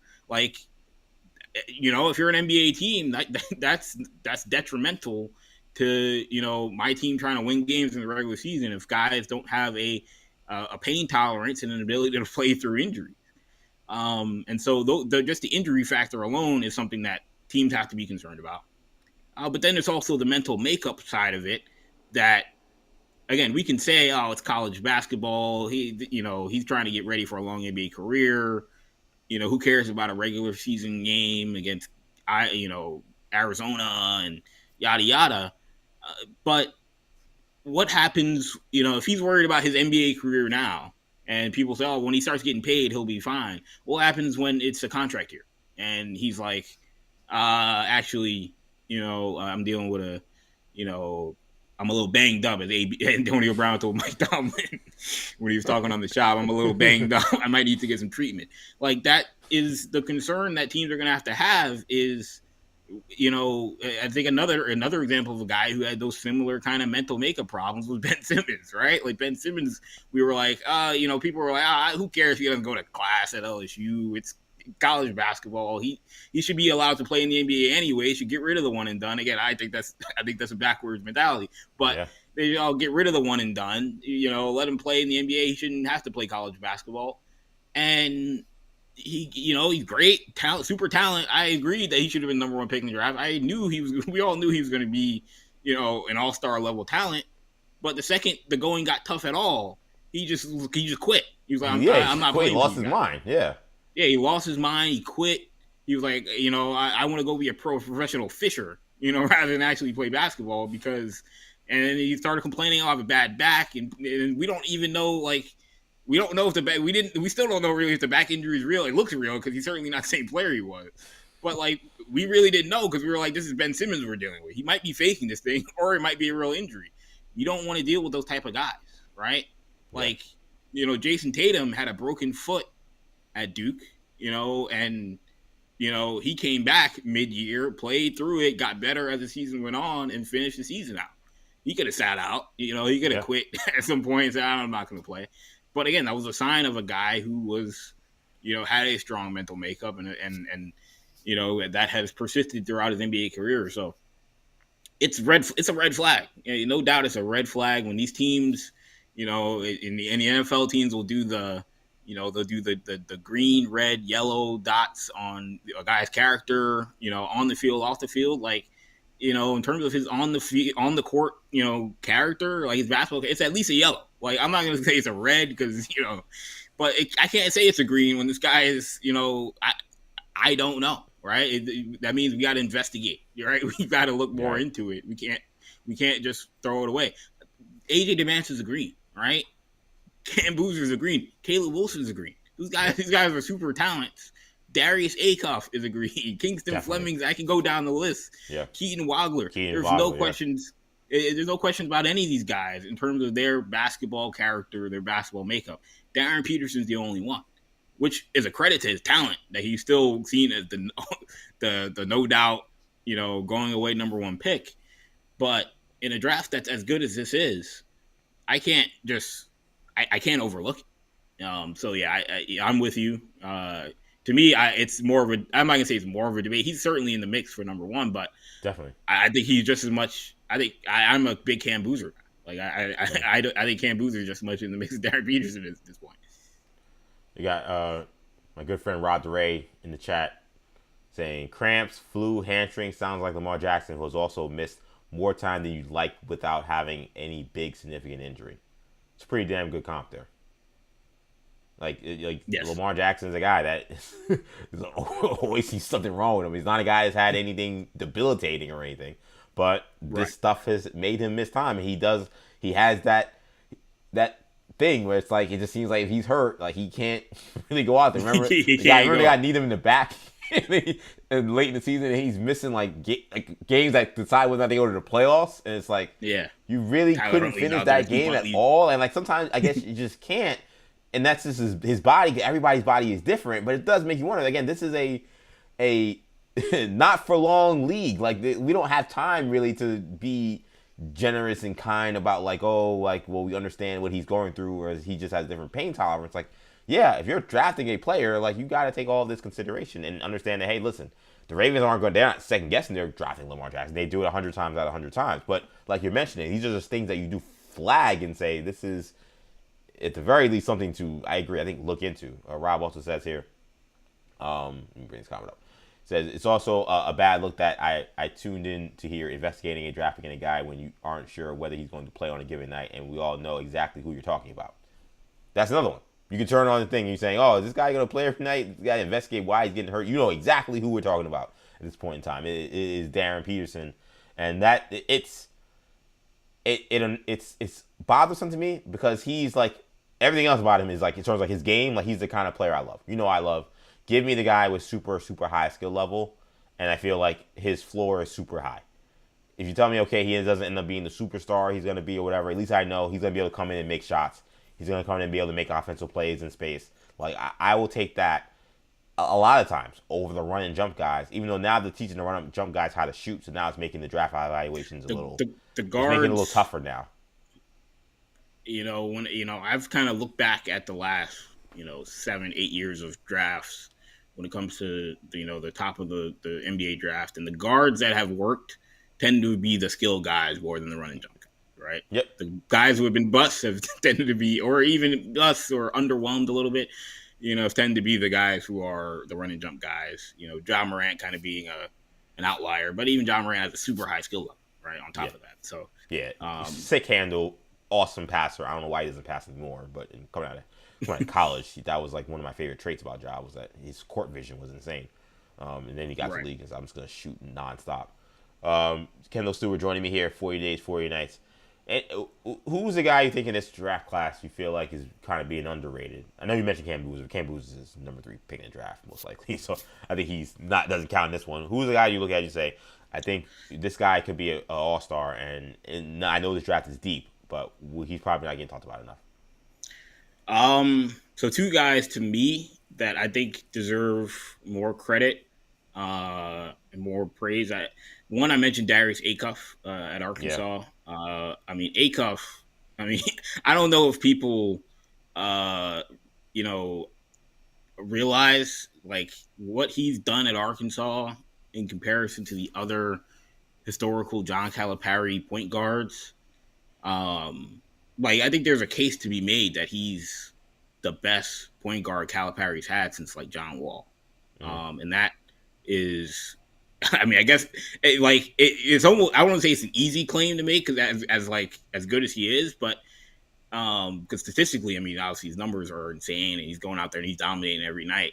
But when you think about the depth of talent that Calipari's had at the guard spot, it seems blasphemous. It's there's no way some 19-year-old kid that we're not talking about as a top 3 pick is the best point guard since John Wall when Calipari's had He jokes $500 billion worth of contracts when it comes to point guards. Yeah. Since then, but I mean, this is a guy that I just love his game, right? I mean, we're talking really very much a mid 2000s throwback, strong guard, athletic, highly skilled.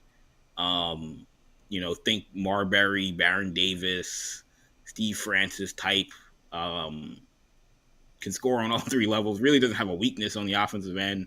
Elite finisher in transition. Elite finisher in the half court. Guys can't stay in front of him. The only thing holding him back is he's a little bit shorter, right? Which in today's day and age, teams don't want to really even have to invest in a little guard because teams think it hurts them defensively. And so, Acuff is a guy at the top, and then another guy is Bennett Sturts at Iowa, who transferred in with their coach Ben McCollum from Drake. He's awesome. I mean, he's a little bit older. Like, he's not one of these 19-year-old kids. He's 22, but he's like a basketball supercomputer out there. Can do almost anything. Elite shooter, elite passer. Does all the little things. He's not. I mean, really the only weakness for him is he's just a really below average athlete. He's a really porous athlete, and that's the thing that's gonna hold him back on both ends, right? You wonder, can he be a guy that can ever create for himself on offense, and can he guard a chair, right? And those are going to be the questions. But he plays so hard. The comp to me is Derek White. He reminds me a lot of Derek White, and he needs to be in a system and a situation similar to Derek White has in Boston. But again, skill level when it comes to these guards over athleticism, I think, is something that teams have to value. But those are two guys that, to me, are being undervalued. Wherever they get picked, it's probably going to be too low. Acuff should probably be a top 5 pick, no worse. And to me, Bennett Sturts should probably be a top 10 pick, no worse. And I don't think either one of those is going to happen. Yeah, I think the guy for me is LeBaron Philon from Alabama. I was telling you early in the year that this guy, you know who he reminds me of? And this guy actually didn't make an All-Star game, I don't think. But he's still a legend, almost, even though he didn't make an All-Star game. He reminds me of Lou Williams. The guy can just freaking go. And you give him the rock, and he's a terror in transition, and he could pull up from anywhere, and you can't keep him out of the paint. The guy is just a flat-out bucket. And I know Alabama, because of the season, they've had a weird season. Obviously, they've had guys who play freshman ball trying to come back, and then now he's not on the team anymore. And they've been up and down because of some injuries. And I still wonder if they're one of those teams that in March, there was those teams that you teeter on where it's they could either be eliminated in the first round. This could be the 7 or 8 seed that's in the Final Four. That's how they feel to me. And if that happens, I think it's going to be because of Philon. But this is a draft class that has a wealth of really good guards. Again, give me the guy with the super high skill level, and I think Philon matches that to a T. I think, again, he can score on all 3 levels. He has a deep range from 3. He's a little bit of a volume guy, but I think he can come into an NBA team, and maybe initially he's in a 6-man bench role, but maybe he's kind of like an Emmanuel Quickley type. And I do think that there's upside to where he also could become an all-star guard where he's averaging 24, 25 points a game. And you're like, what's his position? Bucket getter. Forget about position. It's just he comes out in the game and he's firing and he's impossible to stay in front of. I love Philon's game. I think that he's somebody that he's kind of like a borderline top 10 guy. I think he may end up falling out of top 10 given where some of these other guys are sliding up. I think that could be a mistake. Another guy he kind of reminds me of, he's a little different, plays at a much faster pace than this guy does, but a little DeJounte Murray as well, right? I think see that a little bit. Murray, in terms of the level of player he could wind up being, I think he has a lot of similar traits. He may not be the defensive menace that Murray wound up being, but he's a little more explosive of an offensive, or at least of a physical talent than DeJounte Murray was. Yeah, I can tell you about the other kid from Duke that I love, Isaiah. What's the name? Evans, yeah. Isaiah Evans is. I don't know about an all-star player, but if I feel like I never see the guy miss a big shot. He always seems ready to shoot, and his knowledge of playing off the ball and when to kind of get his shot, of how to create space. He's very smart for a kid his age to be playing at that level and shooting the ball that way. And he shoots threes on a high volume at a very high percentage. He's skinny, so maybe that's a question about like will he be able to guard in the NBA? But a guy who shoots like that, I think that that's going to translate. That's going to translate very well. He's not going to come in and say we got to teach him how to shoot in a couple years. No, he's going to come in and he's going to be able to shoot immediately. And that, as long as he can be respectable defensively, he's going to get on the floor. That's a guy later in the first round, but I think he's underrated. I think people got to understand. Like, I know I just did a whole diatribe of how the rookies stink and the like we got to push the age limit back, but I think we also have to understand, like, because yes, I don't know if any of these guys, even the Peterson, the Bances of the world, are going to come in and again turn some bad team into some dominant team or whatever. But in terms of the depth of talent, like look at what these guys are doing this year. The rookies, the Flags, the Knipples. They're not all going to do that. Like they're not all these guys are going to come into the league and, you know, be guys that average 20 points a game. But I think that is a fair benchmark for, you know, when you're talking about Cam Boozer and AJ DeBanza, like looking at Cooper Flag and saying like, if Cooper Flag can do, Flag's awesome. But like Boozer is kind of doing whatever the same stuff Flag was doing at Duke. DeBanza is kind of basically doing the same stuff Flag was doing at Duke at BYU, and was the same level prospect in high school. Why am I to believe those guys aren't going to come in and also be guys that could average 18, 19, 20 points a game as rookies? You know, I look at what Con Knipple's doing in Charlotte, and you know, I'm not saying Isaiah Evans is going to come into the league and average 20 points a game or anything like that, but John Shire is starting to develop a decent track record of putting guys into the league that are ready-made NBA players.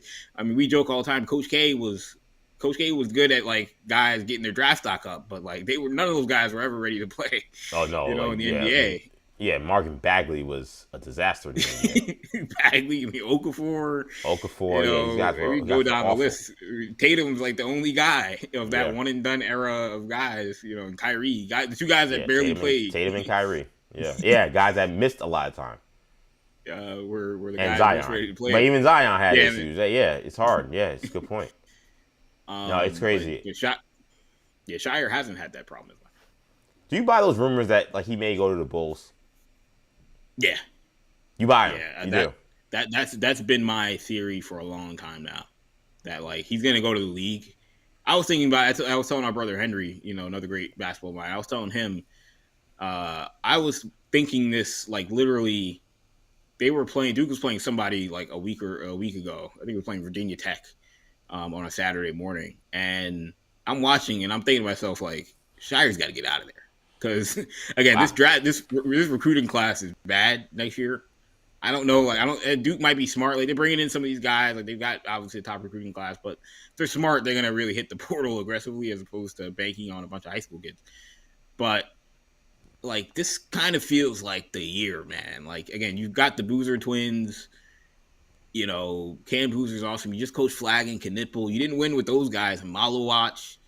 Like, I don't know if it's ever getting better than this. Like, you're coaching at Duke. It might get better. Like, I don't want to say quit or anything, but he's, especially at the time now where, like, the NIL and the portal, like, I don't know if these guys really even love coaching college basketball as much as maybe they did when these guys got into it. So, if there's any time to get to jump into it, or leave rather, it would be now.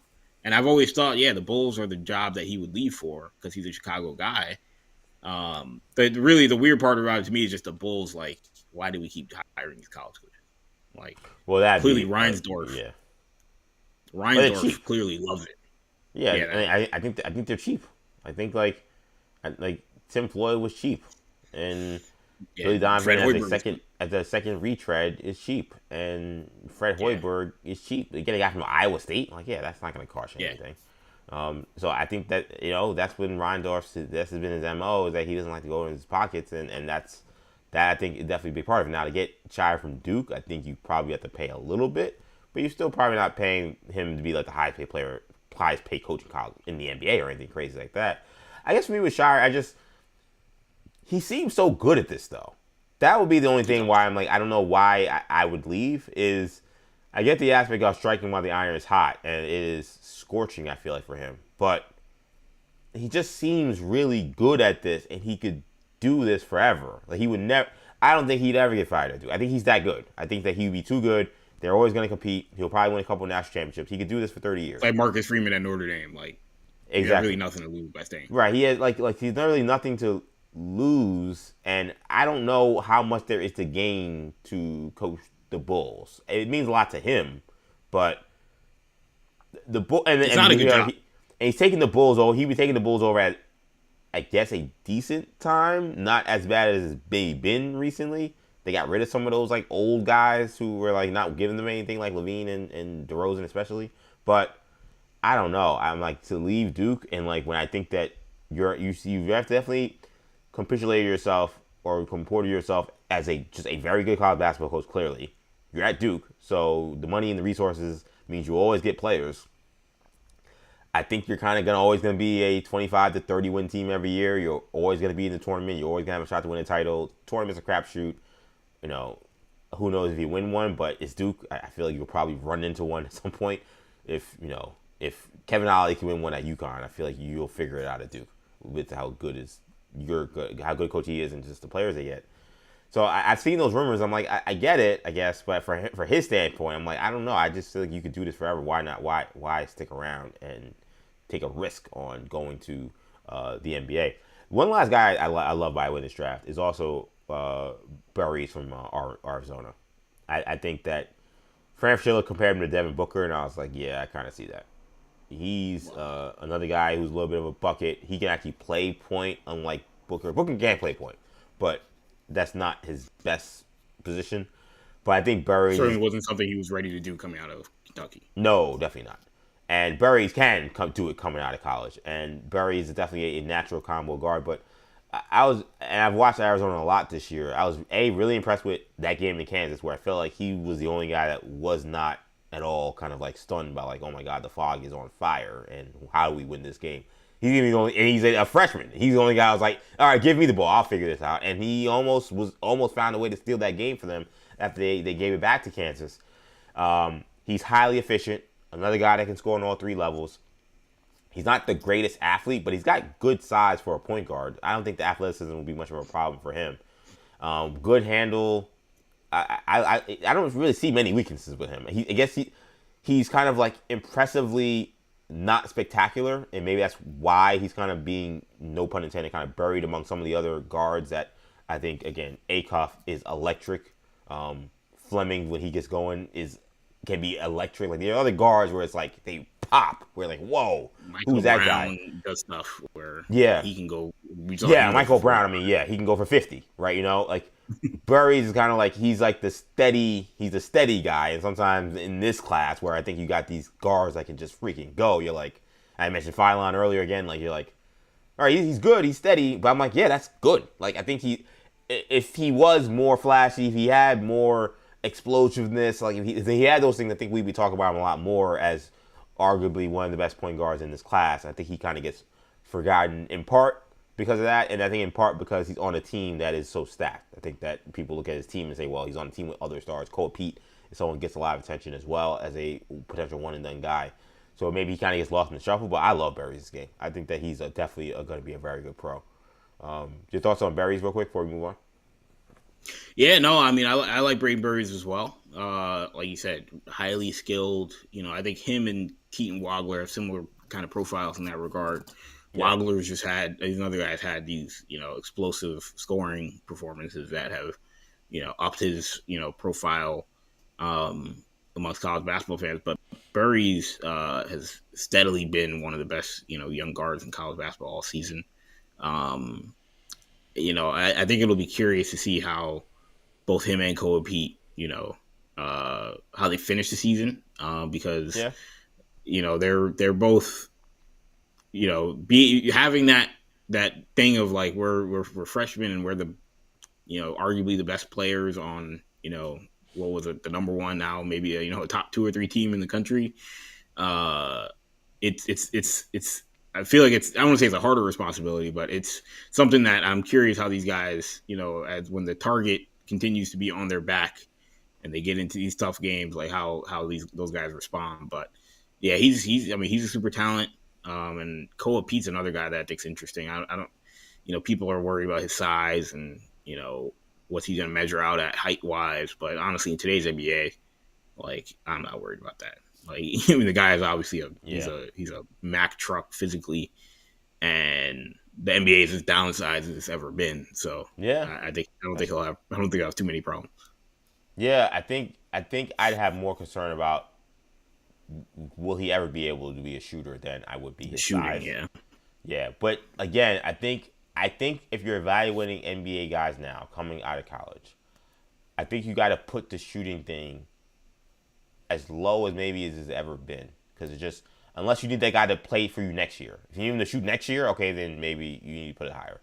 But if you're one of these teams that's saying, hey, like, we want like to build a basketball player, especially when you're bringing in a guy who's 18, 19, 20 years old, you're saying, like, we're not looking for a finished product, we're looking for a guy we can develop. I think the shooting thing you just gotta put lower.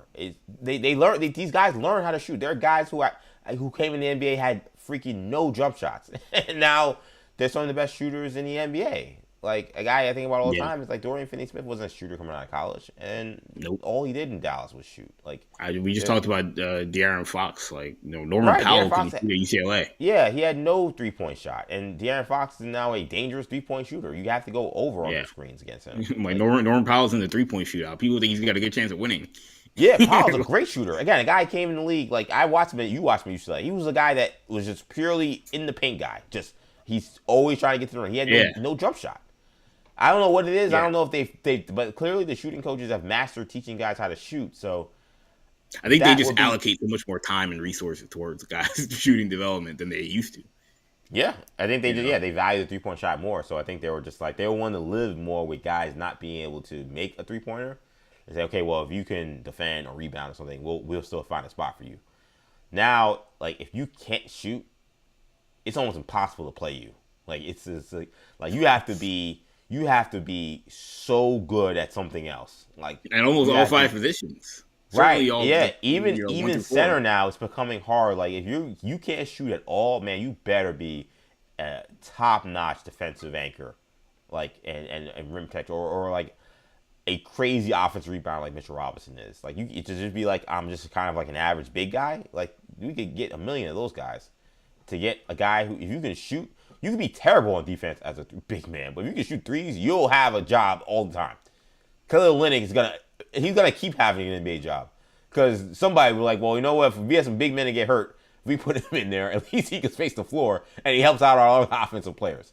Did you see that Gil Arenas said that a guy who can't shoot is a way more of a, he said a guy who can't shoot is way more of a liability to his team than a guy who can shoot is a good offensive player that plays zero defense. And I think he's right. Like, I think he's right.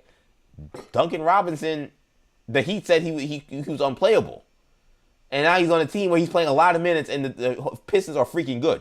It's a guy who plays no defense, but the guy's a laser, and him just being on the floor offensively makes Kate Cunningham's job so much easier, and Jalen Duren's job so much easier. And they said, let's go get Kevin Huerter too, right? Let's get and then they got another guy who he's not even shooting that great, but they just think the idea of him as a shooter is worth it, even though he plays zero defense. Like, there are a lot of guys in this league now, and then look on the flip side, look at the guy who just got cut, Jeremy Sohan. Yeah, incredible defensive player, incredible hustle guy, can guard 4 positions, can play 4 positions. He can't shoot. Off to the bench. Carter Bryant, the idea of Carter Bryant being able to shoot, they're like, that's enough to just cut Jeremy Sohan, a guy they drafted in the first round. So it's an all-rookie guy. Right. So it's hard to disagree with that thought process when you see how the NBA teams are operating. And it's a wild thing. Real quick, Kendall, how do you feel about the conversation about All-Star Weekend? We are at All-Star Weekend. I believe the Rising Star Challenge, if it's not on now, it's going to be on soon. Do you feel Kevin Durant's commentary that he was right when he said that, there's this dialogue about who's to blame for all of this, and maybe they should stop asking, the American players, are you guys going to compete when guys like Luka Doncic and other folks aren't competing? I actually have the sound here, so I'll play it for you right here. Should ask the Europeans if the world team if they're gonna compete. I mean, because we look at Luka Doncic and Nikola Jokic now. Let's go back and look at what they do in the All-Star game. Is that competition? So we haven't questioned what they've been doing, but we're gonna question the old heads and the Americans. But these two dudes out there, Luka and Jokic, they don't care about the game at all. These dudes be laying on the floor, they shoot from half court, but you got to worry about the old heads playing hard. I can read between the lines, bro. And I just think a lot of times, I'm just saying that I can read between the lines. And it's not just about you. It's just a overall topic that everybody has just been talking about. You just happen to ask me that question. I mean, how do you feel about this? I said earlier in the week, and I'll say it again, Nikola Jokic and Luka Doncic have been dreadful in these games. Their presences have been awful. Yeah. They have been the worst perpetrators of all of these guys that have played in these All-Star games, where they just literally do not care. They do not move. And Anthony Edwards, too. You got to throw him in there. Edwards has been pretty bad, too. You got to throw him in there. But Luka and Doncic, Luka and Nikola Jokic, it's been, I see these guys, I'm like, get these guys off the floor. What is going on? What are these guys doing? They definitely treated the game like a joke. And Kevin Durant's right about that. It's inarguable at that point. What I push back on him though, is the All-Star game is not about Luka Doncic and Nikola Jokic. One point I did not make is, their games really are not what we're there to see. Not Jokic. Definitely not Jokic. If you want to argue Luka is passing and if he really played hard, could he be fun? I guess sure. But we're here for the alley-oops, the fast breaking, the up and down tempo kind of game, the highlight reel kind of plays that Nikola Jokic doesn't make. And Luka Doncic doesn't make above the rim. So the game's not about them from that standpoint. But then I also kind of just made a larger point where I just feel like the NBA All-Star Game is a black cultural experience. And to make it about, well, you're asking me these questions, but you really should be pointing to the Europeans because they've been the worst perpetrators of this, I think is just missing the entire point. Like, what made the All-Star Game special was because you had this culmination of black culture coming together and seeing, Mike and Magic and all these people with also Denzel in the crowd and Stevie Wonder in the crowd, Spike Lee, and it was just, and then you culminated with this event where you had a game that, was it Game 7 of the finals? No, but they went up there, they competed pretty well, it was entertaining, and we went home and we had a good time. And to put that and say, well, we can't do what we need to do, and you really should be pointing to Luka Doncic and the Europeans when they're not of the culture. They're part of the culture in the sense that they play basketball and they're stars, but Luka Doncic is not of the culture. Nikola Jokic is not of the culture. We can't talk about this All-Star game and All-Star weekend being this great black cultural experience and then point to the Europeans and say, well, they're the reasons why. They're the real reasons why this is not going well. You should actually be asking them about their responsibility. I don't really care. As a black man, I don't care about their responsibility. I don't care. I care about what Kevin Durant is doing. I care about what Stephen Curry is doing. I care what LeBron James is doing. And to me, like, if you really care about this experience, then you take ownership of this being important. It clearly hasn't been important enough to you, so you're allowing these guys to have those guys.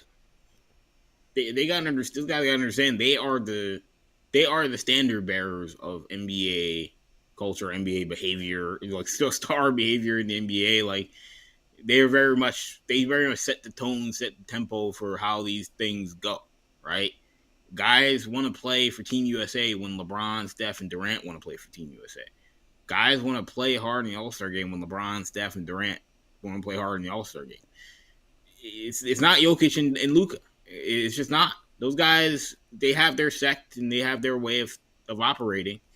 There's 24 guys that play in an All-Star game. So if we're going to say, two guys who, happen to be starters, in most years, two guys that happen to be starters in most years aren't playing hard all right. A lot of times those guys, they don't play many minutes. You know, Jokic is always, I always see him on the bench half the time. Like, I don't even think he's out there most of the time. Luka's always hurt and being like, I'm going to play a minute and I'm not going to play the rest of the game. Like, those guys don't really play that much to begin with.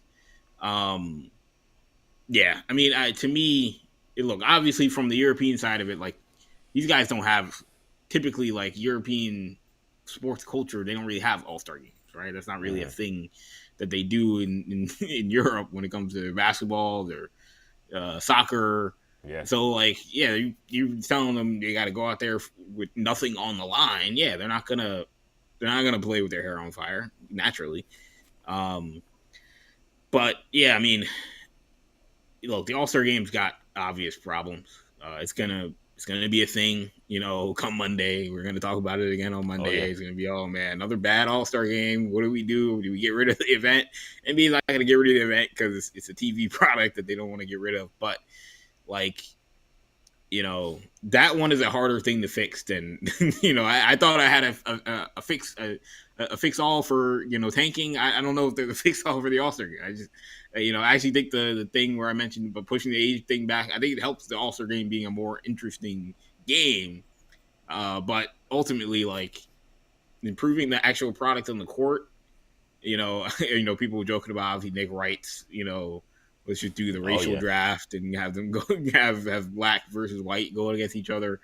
But like, you know, I think they're in a spot where, you know, the product on the court, it's certainly about the structure of the game, right? That's the first problem. They've got to figure out how do you create a mechanism for a basketball game where this is where you can get a competitive fourth quarter, which is really what people want to see. And I don't know. I don't know if that's possible. Certainly, we've talked about it for years. Get rid of the 3-point line. It'd be the first obvious thing to me.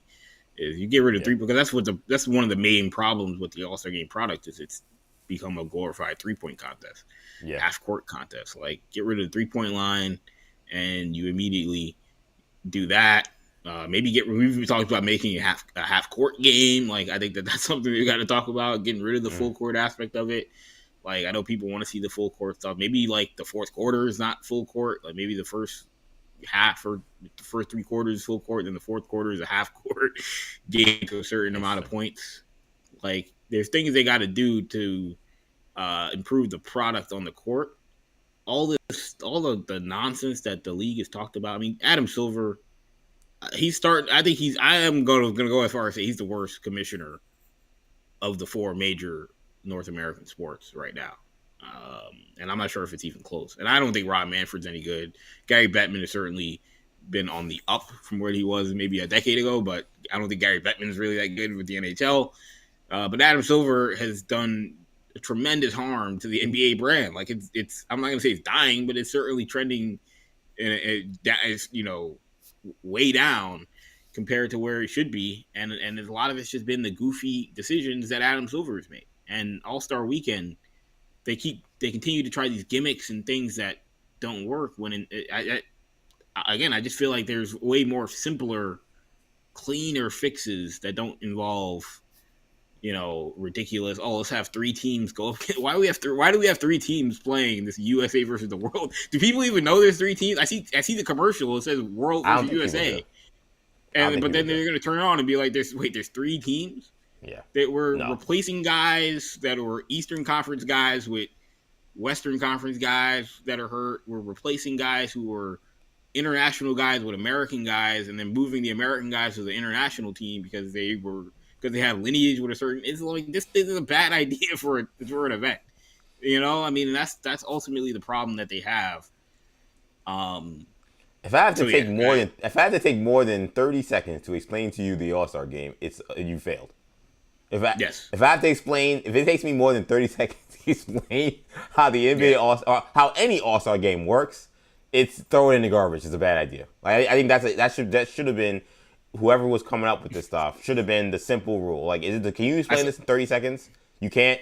Then we're out. We're not doing this. It's fine. I saw Draymond Green, you know, was lighting up Adam Silver for this ridiculous format, and I just laughed because I'm like, Draymond was the one crying last year about rising stars being in the All-Star game and saying this is the dumbest thing. And so the league panicked and said, oh, well, Draymond said it. Guys are complaining. We got to change it. And he's complaining about this. And it's like, well, yeah, he's right. Like, this is stupid. But I'm like, yes, having 3 or 4 teams in an All-Star game is stupid inherently. But yes, they've got to just simplify it as opposed to like, let's come up with another cockamamie format. I don't know what the fix is. I mean, everybody said like, yeah, just have a one-on-one tournament. Like that would be way more entertaining for a lot of people.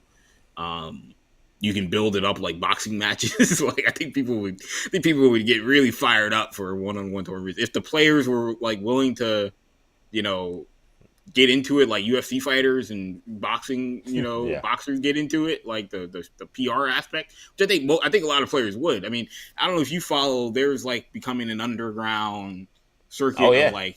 Yeah, Michael Beasley's like challenging all these folks, saying I'm taking your money. Yeah, the Michael Beasley is.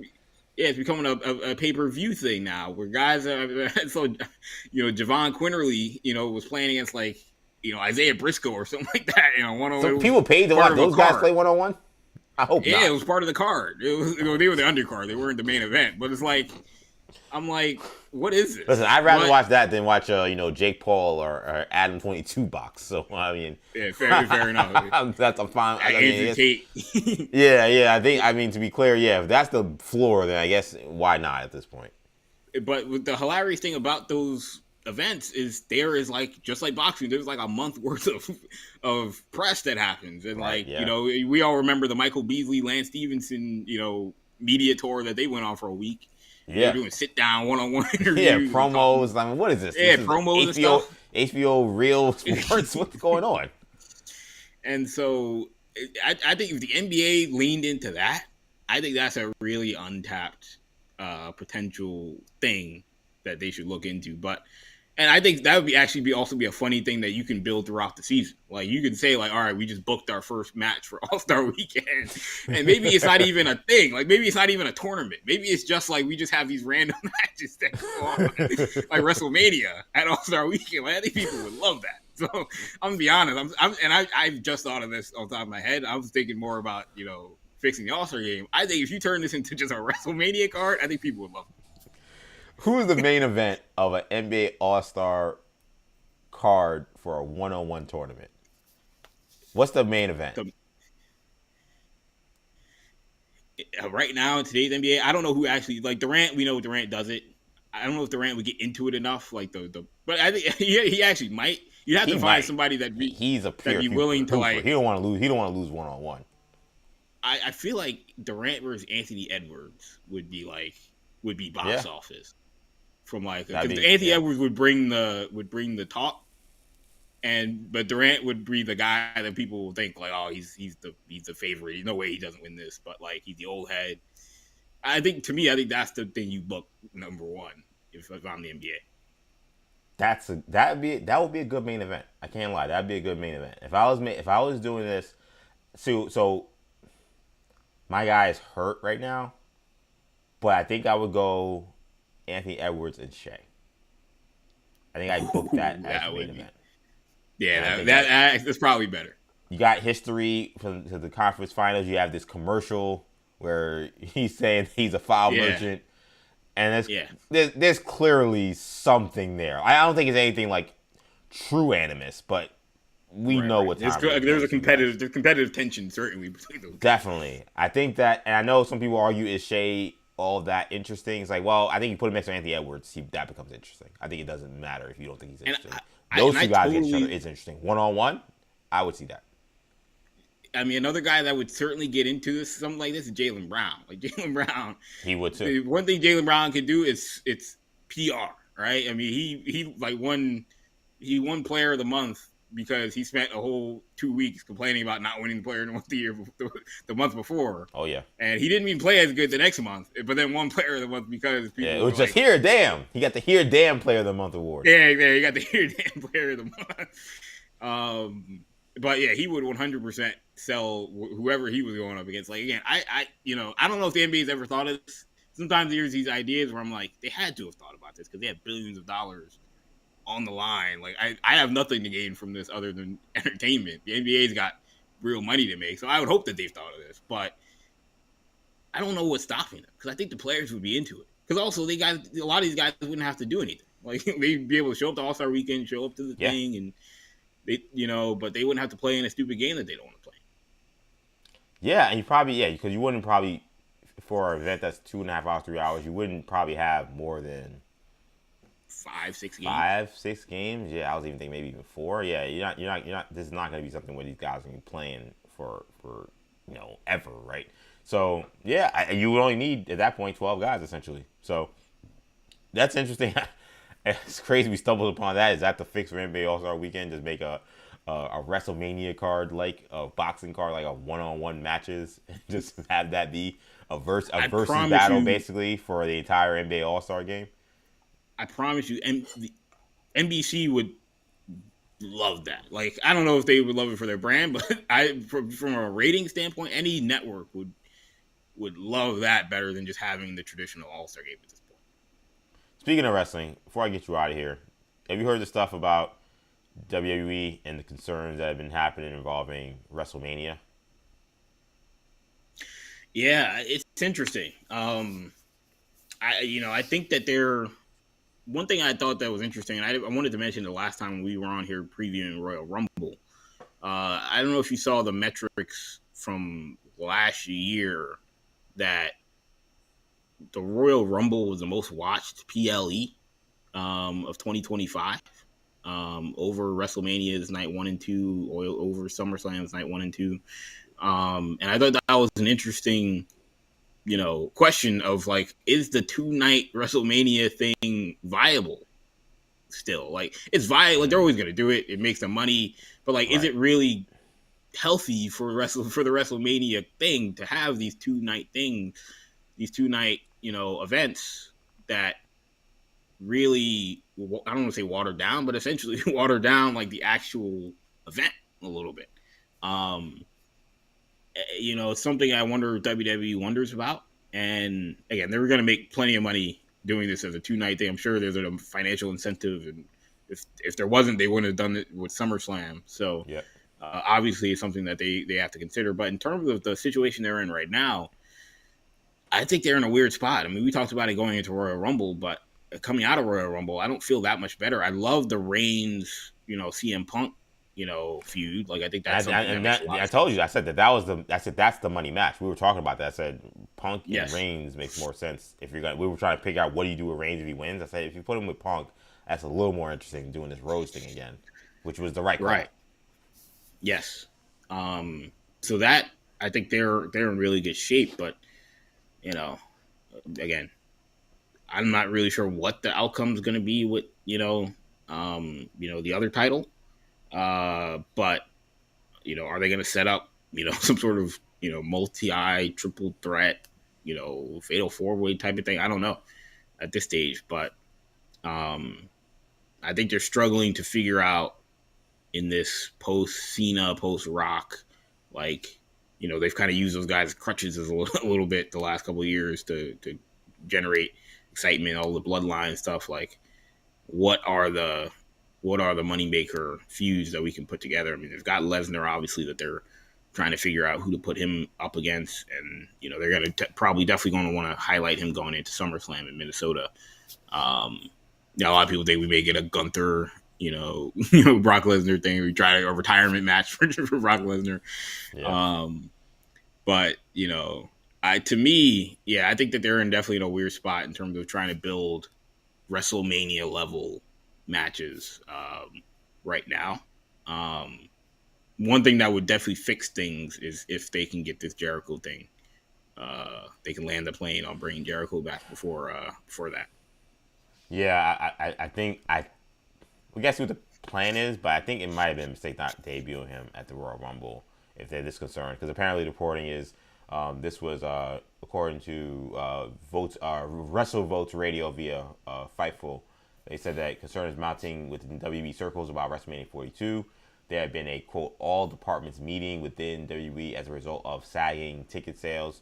Dave Meltzer of Wrestling Observer also said that the entire WrestleMania card is being evaluated because of low sales and creative differences involved. There have apparently been concerns and frustration over the fact that they've had to make multiple changes to the card based on not having confidence in the creative that they came up with. I would love to have my guy Lucas Goldman on to talk about this. I always talk about him. But, like, well, number one, the ticket sales. I love WWE. I know I love some of the folks there, and they're cool people and they're good peoples.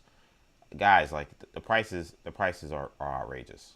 I'm sorry. Like, I know it's a massive event, and I know that it's the Super Bowl of wrestling, but they should not be Super Bowl prices. They just shouldn't.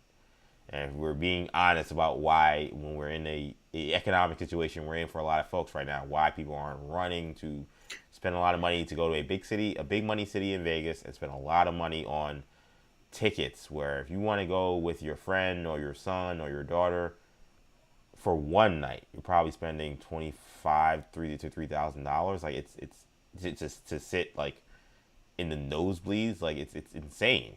It's insane, and I think that's something that they have to really look at. Vince McMahon, this is the bit of reporting, who knows what's true, but apparently, like, we've seen prices increase in WWE, and, like, apparently that was one thing Vince McMahon was kind of against, because his idea was he always wanted the idea for it to be that families could come to a WWE show. He thought that there was value in that, because it meant that generation were passing down watching wrestling and being wrestling fans. He said if you price out people where you can't bring 3 or 4 people with you, then you only bring yourself, and you're getting your kids involved. I think that actually is one of probably the few things late in his career that Vince McMahon was 100% right about. I think that is a huge part of this. But then the creative also is part of the issue too. Like, I think Roman Punk match is heat, but the rest of the card that's kind of being set up, Jade Cargill don't seem to got a challenger. We don't know what's going on with the other title where you took it off Cody Rhodes, and is it the climb back for him to win it back? He's only climbing back a short amount of months to win it back.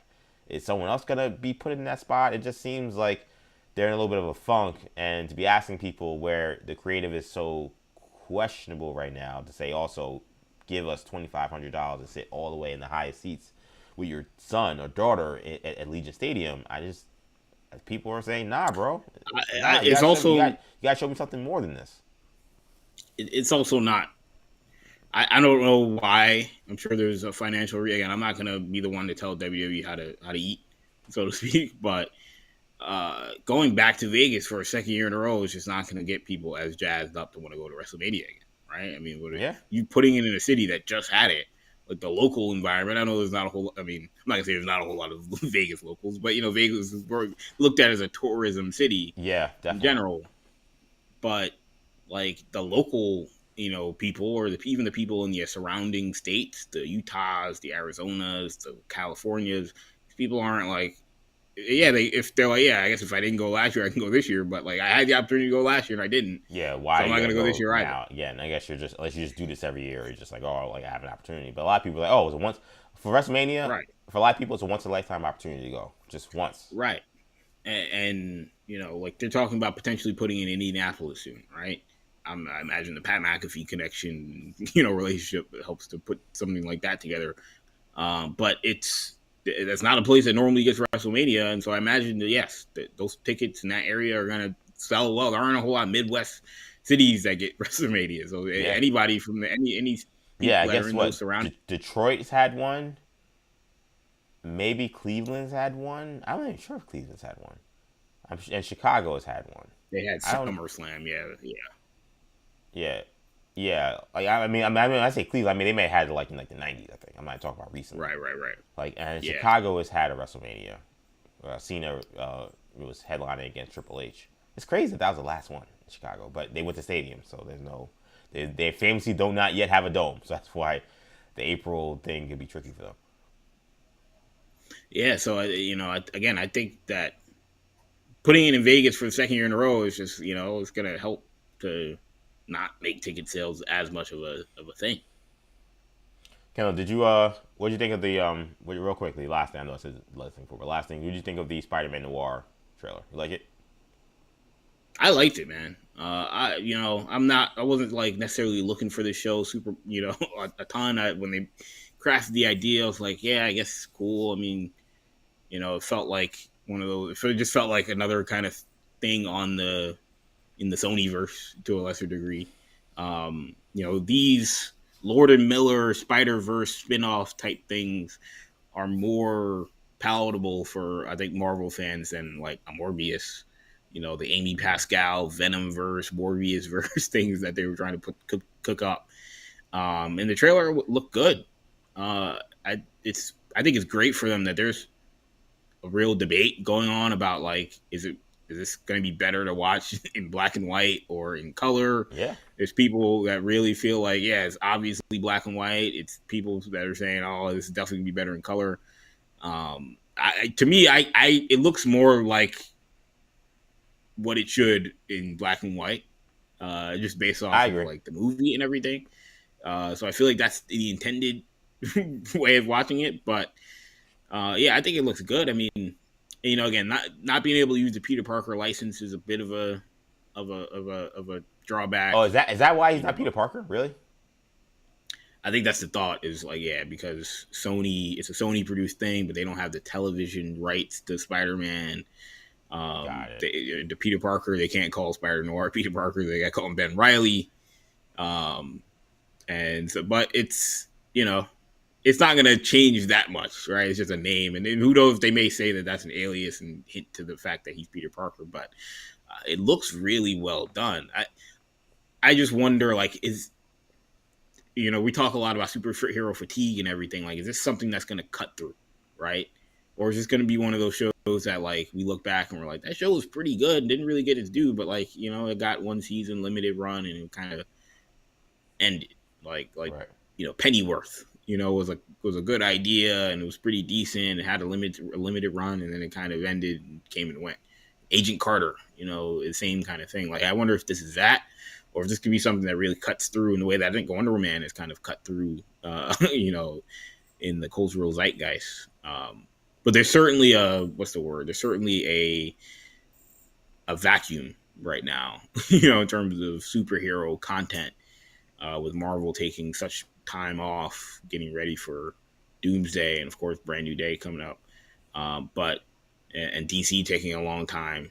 Obviously, we've got Supergirl, not much else until Lantern. So there is a vacuum for Sony to kind of come in and put out something that could wind up being really good. Yeah, I liked it. I said it earlier in the week. I thought it was really good. The Ben Reilly thing makes more sense now. You mentioned the rights being probably an issue, but I thought the trailer was dope. I think it's one of those things where you're right, and you made a good point about maybe Sony misjudged this thing in terms of going with, let's take these villain characters and let's use them as the vessel for stories, when maybe it should have been jumping into the Spider-Verse for live action. Maybe it should have been a Spider-Gwen movie. Maybe it should have been an animated Peter. I think there was a report today. I didn't read into it, but I saw a headline about they greenlit a Spider-Gwen and Spider-Punk spinoff, right? Thing, right. And so I imagine those would be animated, but like, again, it seems like they are understanding that those have way more juice culturally than them just doing Venom spinoffs. No question, man. Kendall Stewart joining me today. Kendall, Fridays have become a staple here on 40 Days and 40 Nights. We got a couple more of these. We got 3 more of these. It's good to see you, buddy. I'll leave you on this. Any last thoughts on how you feel about your Giants this year as they start spring training? Man, the Giants, I'm super excited for some Giants baseball, man. We, obviously the big thing for the Giants was hiring Tony Vitello from the University of Tennessee as the first college baseball coach to get hired by a major league franchise, which is a pretty wild thing in and of itself. So I think, there's a lot of Giants fans very interested to see how that plays out, because, he had kind of built a dominant program at Tennessee, and he's trying to build, see if that culture can be, Buster Posey's trying to see if that culture can get translated into the major leagues with, kind of a young team, but a team that, has a little bit of talent. But there's obviously the elephant in the room, or the Dodger in the room, that, there's a team in LA that's got, double our payroll, and our payroll is probably top 10, top 5 in the league, and theirs is double ours. So, but look, you got to play the games, man. First game of the season's opening day. We play the Yankees on Netflix. So Yeah. You hear that'll Barry be a Bonds? really, Barry Bonds may be working on that broadcast. You see that? yeah, they're talking about Bonds and maybe CC Sabathia being a part of the Netflix, pregame show. So again, I'll be tuned in for sure. Yeah, Also excited for the World Baseball Classic. I'm very excited for that. Puerto Rico has been decimated by injuries and lack of insurance. That I'm not sure Bad Bunny's trying. Bad Bunny's actually getting involved. He's trying to get these guys. He was trying to give Correa insurance, and Scott Boras and the Astros were like, "Nah, we're not doing that." So Bad Bunny can do it all, but he can't save the Puerto Rican WBC team. I have some friends that are Puerto Rican, and they are very, very concerned about this whole thing because they take pride in this thing, and it's not looking good for them. Kendall Stewart joining me, man. Kendall, good to see you always, man. And we'll do this again next week. Alrighty, peace. That's Kendall Stewart joining me today. Awesome stuff from Kendall. Great job, as he always does, for Kendall Fridays. We went long today, man, but I think we touched a lot of things, and I'm really appreciative of that. Appreciative of you guys for supporting the channel. Like I say, as always, many ways you can support the channel, but two important ones. Number one, if you can subscribe to the channel. New Generation Media on YouTube is where you can subscribe. Of course, follow me on X where we're streaming live, and EJ_Stewart, and follow me on Instagram where we're also streaming live, Action EJ. Also, if you can do one other thing, if you can like this video, get in the comment section, write a comment, even if it's not to just put it up to say, hey EJ, just support you, love the show, everything. Any of those comments support, man, whether it's during the show or after the show, we greatly appreciate it. You can do that on X. You can do that on Instagram. You can do that on X, on YouTube, obviously.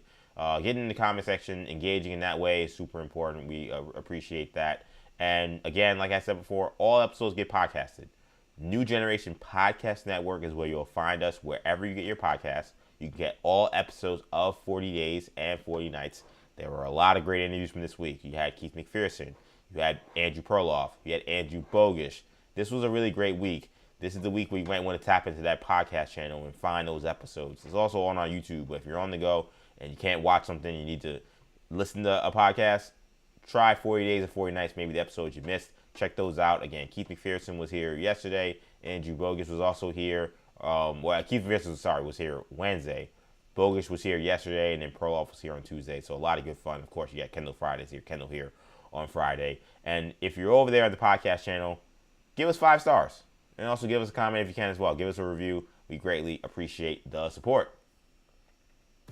All right, that does it for 40 Days and 40 Nights. Thank you guys so much for checking me out. I will be live on WFAN New York Saturday, 7 p.m. So not super, super late hours. I'll be on till late. I'll be on till midnight. But if you want to catch me on WFAN talking New York sports, catch me tomorrow night, Saturday, 7 p.m. I'm EJ Stewart. Thank you guys for checking out 40 Days and 40 Nights. Week 5 in the books. We begin week 6 on Monday at 8 a.m. sharp. Be there or be square. I'm out.